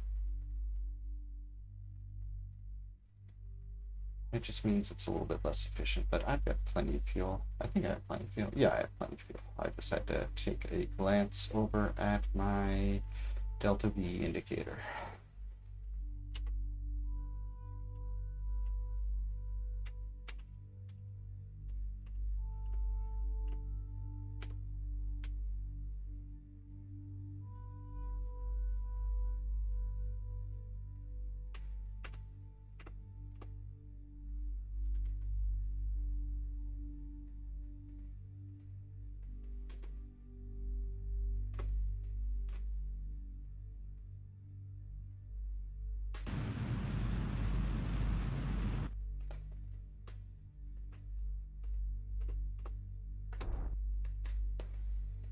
All right, now I just need to plot a course home. I always have exactly the wrong place.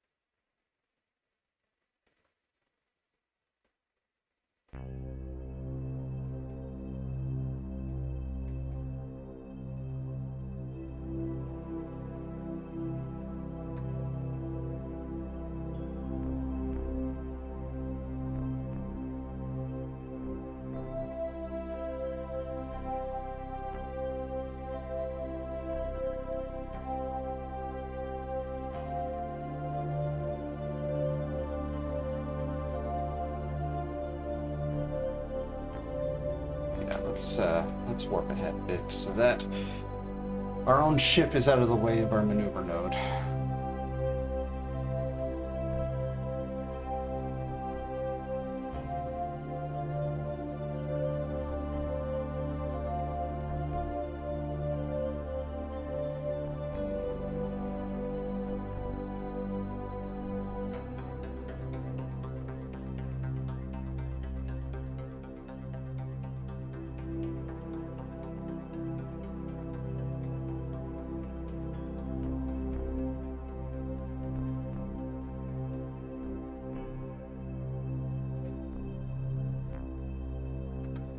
Okay, 36 kilometers should be good.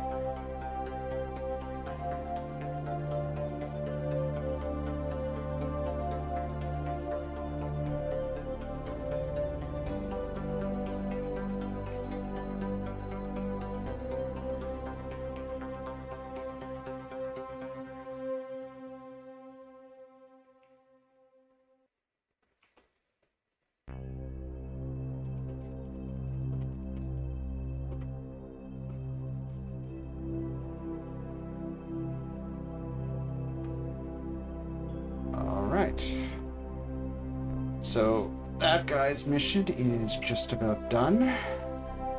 Now this guy's mission. Now this guy does not have to do any science or anything complicated like that. He just has to land so that Jebediah here can get the experience points. I sent him up here originally because I had an exploration contract that said I needed to transfer crew between vessels, and so I did that.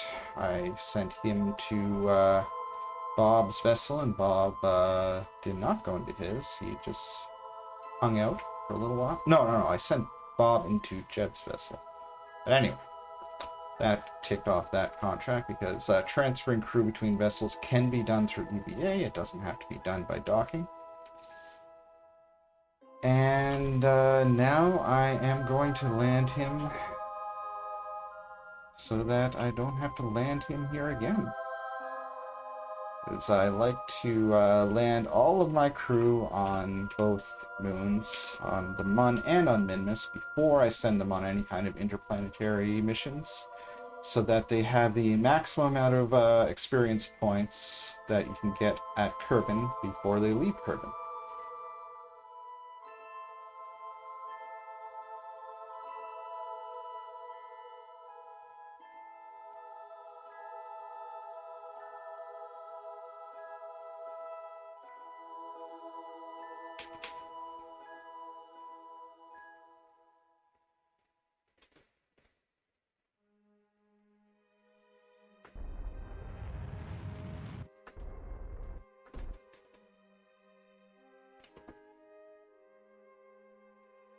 And we still don't have any planes to land on. They're all on the night side of Minmus, and I don't want to wait until they're in the daytime side. So I'll land on this big rocky area over here.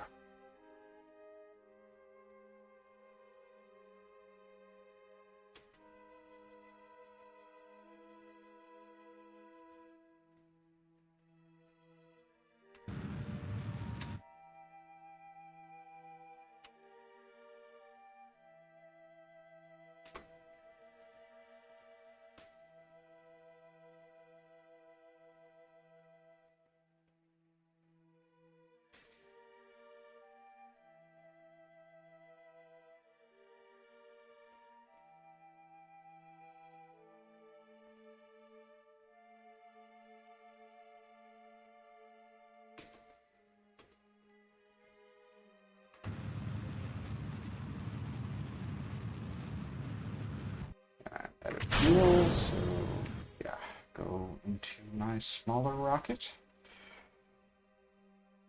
which I had prepared for just this occasion. That's my rocket slamming into Minmus. It's supposed to do that.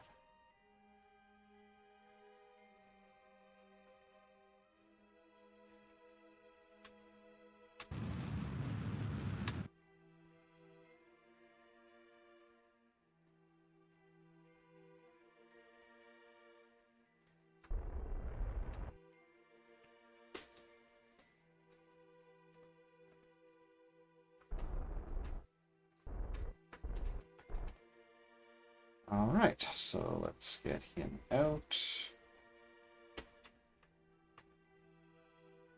I hope that rocket doesn't fall over. Okay, let's plant a flag. He's not going to do any science or anything. Just going to plant a flag. And we're not going to write anything interesting on the flag because we're going to take it down again. Because this is just done for the experience. Okay, it did fall over, but I think we'll still be okay. I think I can still board. Okay, the antenna just kind of clipped through the ground.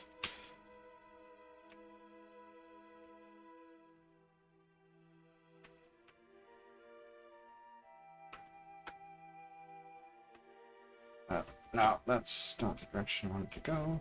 Okay. Grab. Board. Can I? Yeah. Okay, good.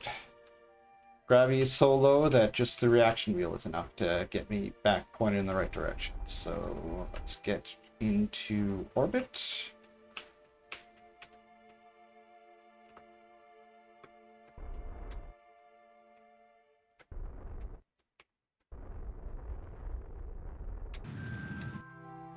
Wrong button.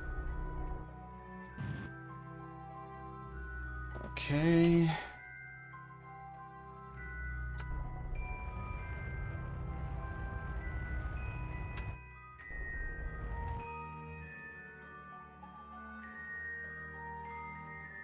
Actually, no, let's get up to 10 kilometers, just to be safe.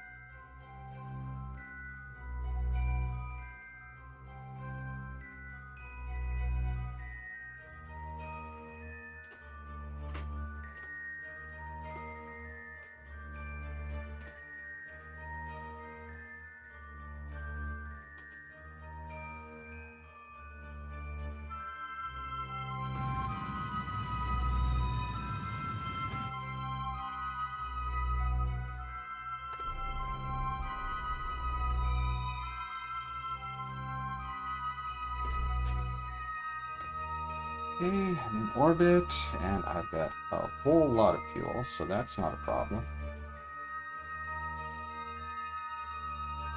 And once again, I am in the wrong place to set up a maneuver node. I don't want to set up a maneuver node right where I am, because that is annoying.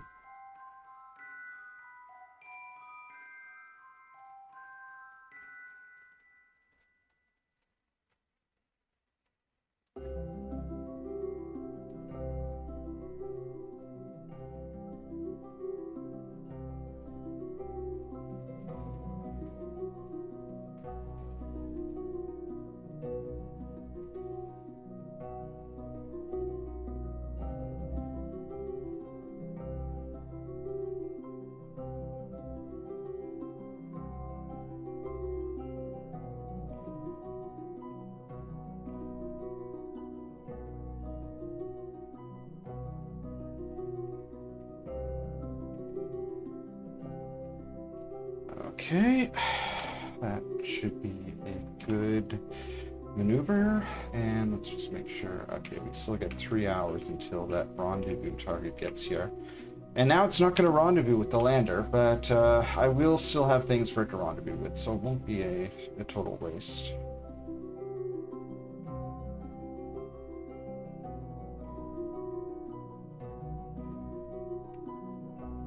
I will have new vessels for it to rendezvous with once I have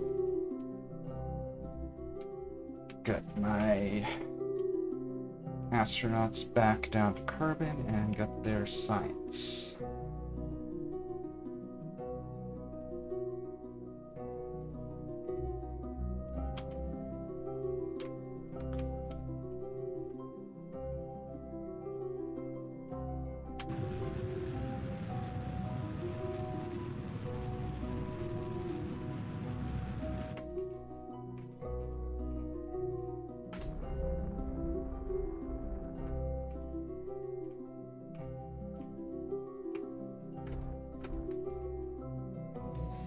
All right.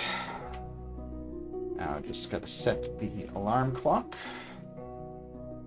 I'll just check my periapsis is good. Set an alarm for 8 days, 5 hours, and let's say 37 minutes.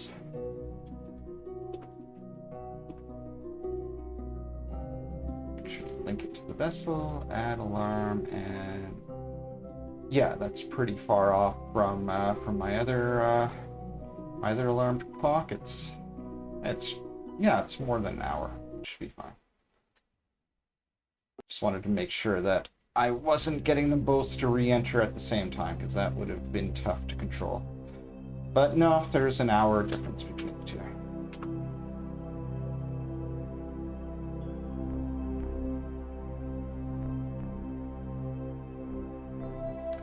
And since this rendezvous target doesn't actually have a mission to accomplish anymore, I'm not going to bother with getting its plane set correctly or anything like that. I am just going to capture it and then leave it in its elliptical orbit.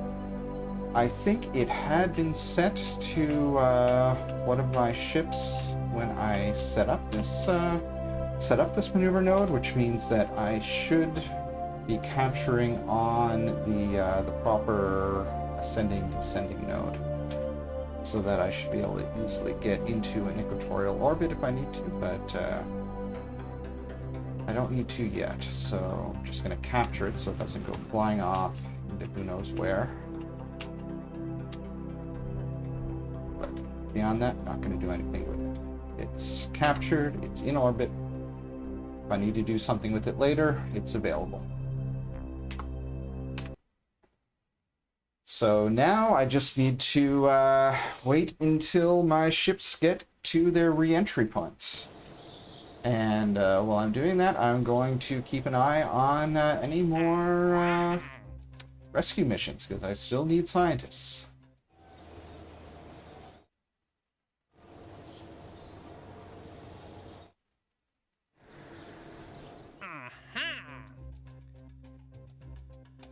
There's a rescue mission, but I'm not at Minmus anymore, so I can't do that rescue.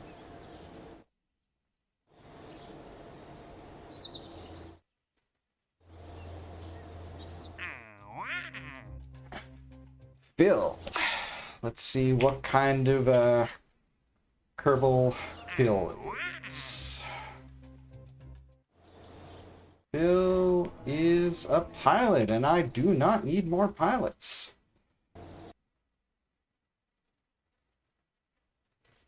I need scientists.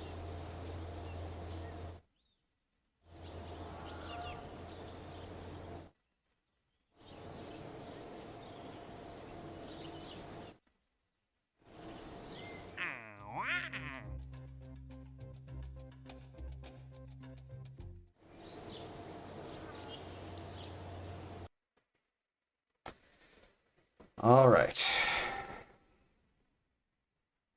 Stream is almost over. Once I get these guys down, I'm going to close the stream down and turn my air conditioner back on.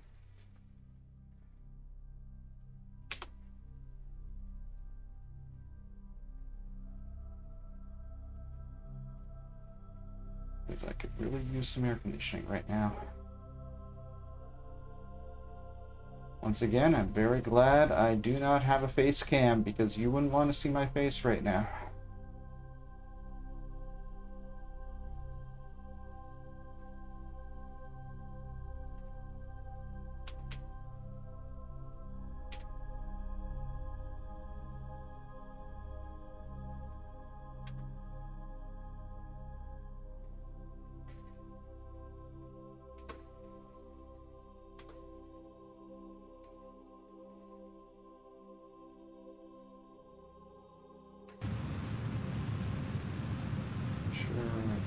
Science there, and all the science here.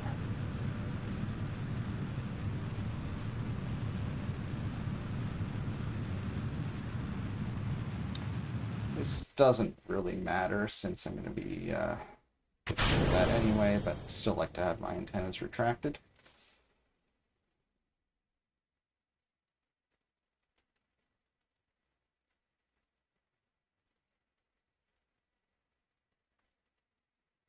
Let's hope I don't collide. I don't think I'm going to.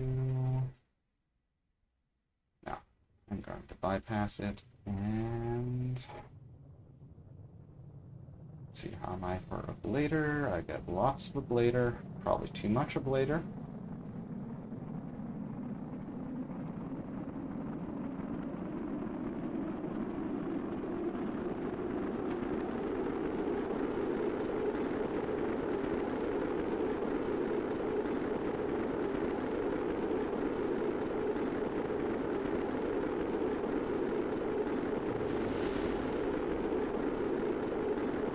And I think that was the rest of my ship exploding in the atmosphere, which it is supposed to do.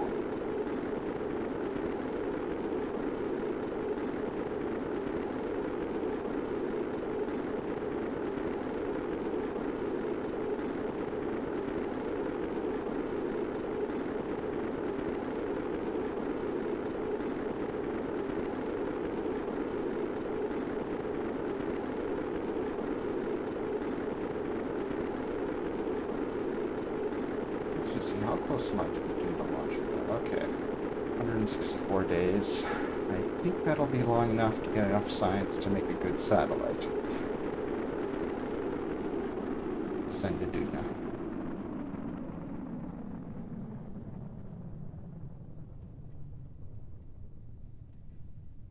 So I think once this is landed, I'll have enough science to make a rudimentary space station with a science lab on it.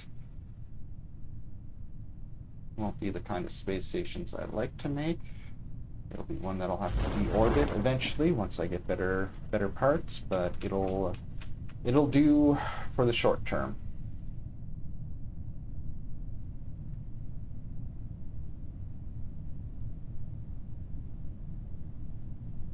And it'll give me something to dock with.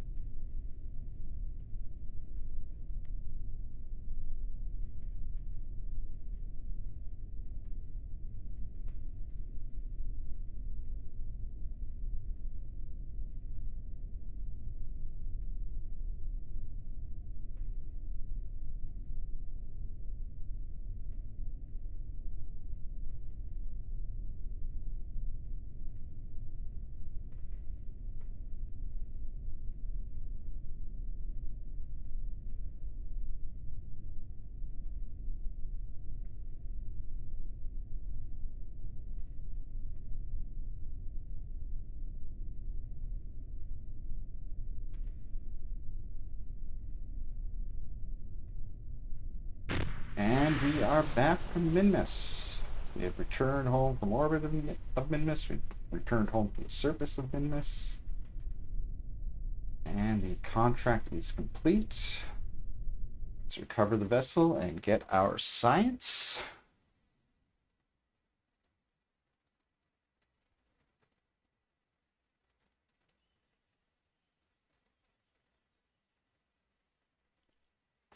Okay, we got over 1,000 science, so that'll be good.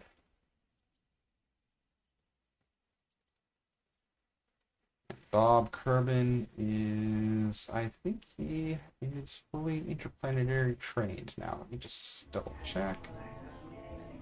Yeah, he's planted flags on the Mun and Minmus, so he is ready to go to other planets. But I don't have a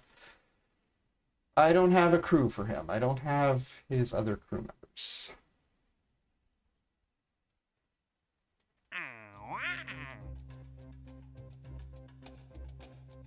Explore B, Flyby B. I don't want to do that. I'm gonna let that one go by.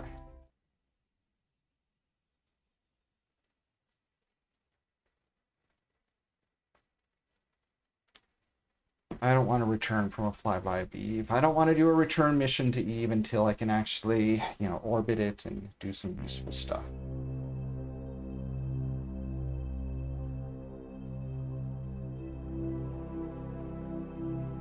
And I am not facing a good direction. It's, I don't think I was getting much sunlight on my solar panels there, and if I run out of electricity, that would be bad, so...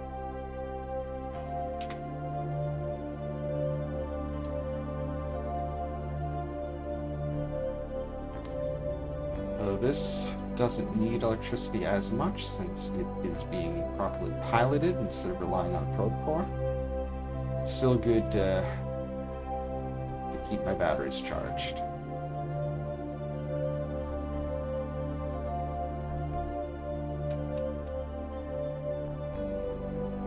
Oh, I've got way too much fuel.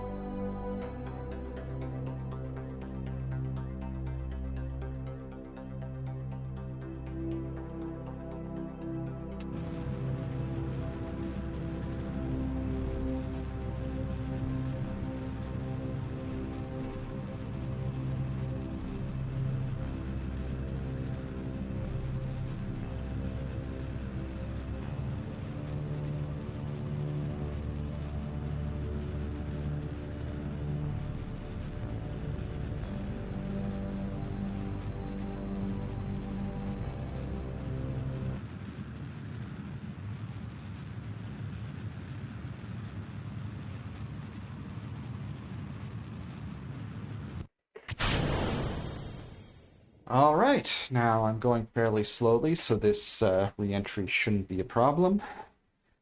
And once this is done, then I will be ending the stream because I want to turn my air conditioning back on. But I'll be spending my science tomorrow, and we'll see where we can go from there. I didn't get beyond Minmus like I thought I would. The title of the stream is To Minmus and Beyond, but all I managed to do was get to Minmus and back, because I forgot how much mucking around I had to do with exploration contracts that didn't involve landing on Minmus.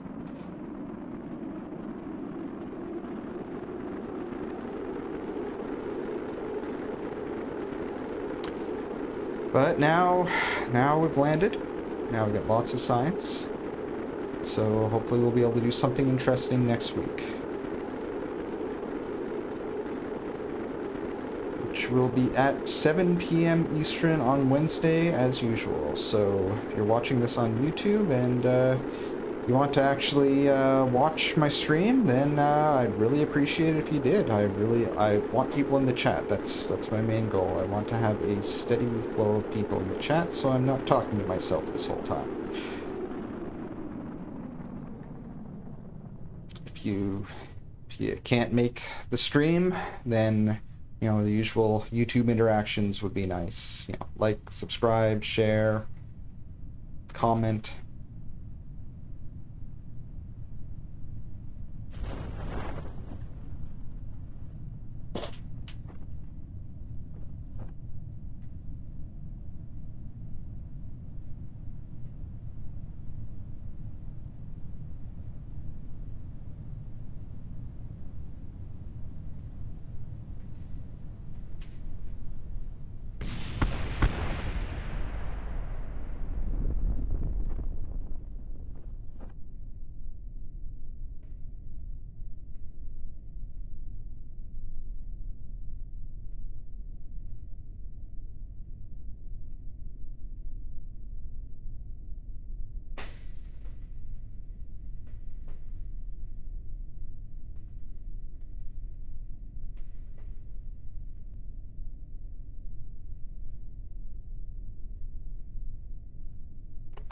Let's just speed up time a bit so that we're not waiting for ages for this thing to reach the ground.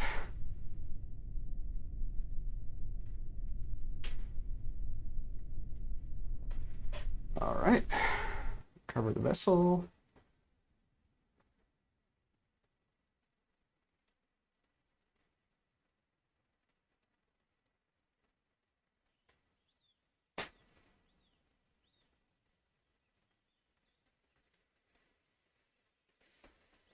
Jeb is level 2, but he still doesn't have the XP for landing on the moon, landing on the Mun. So he's not interplanetary ready yet, but he's a big step closer to it.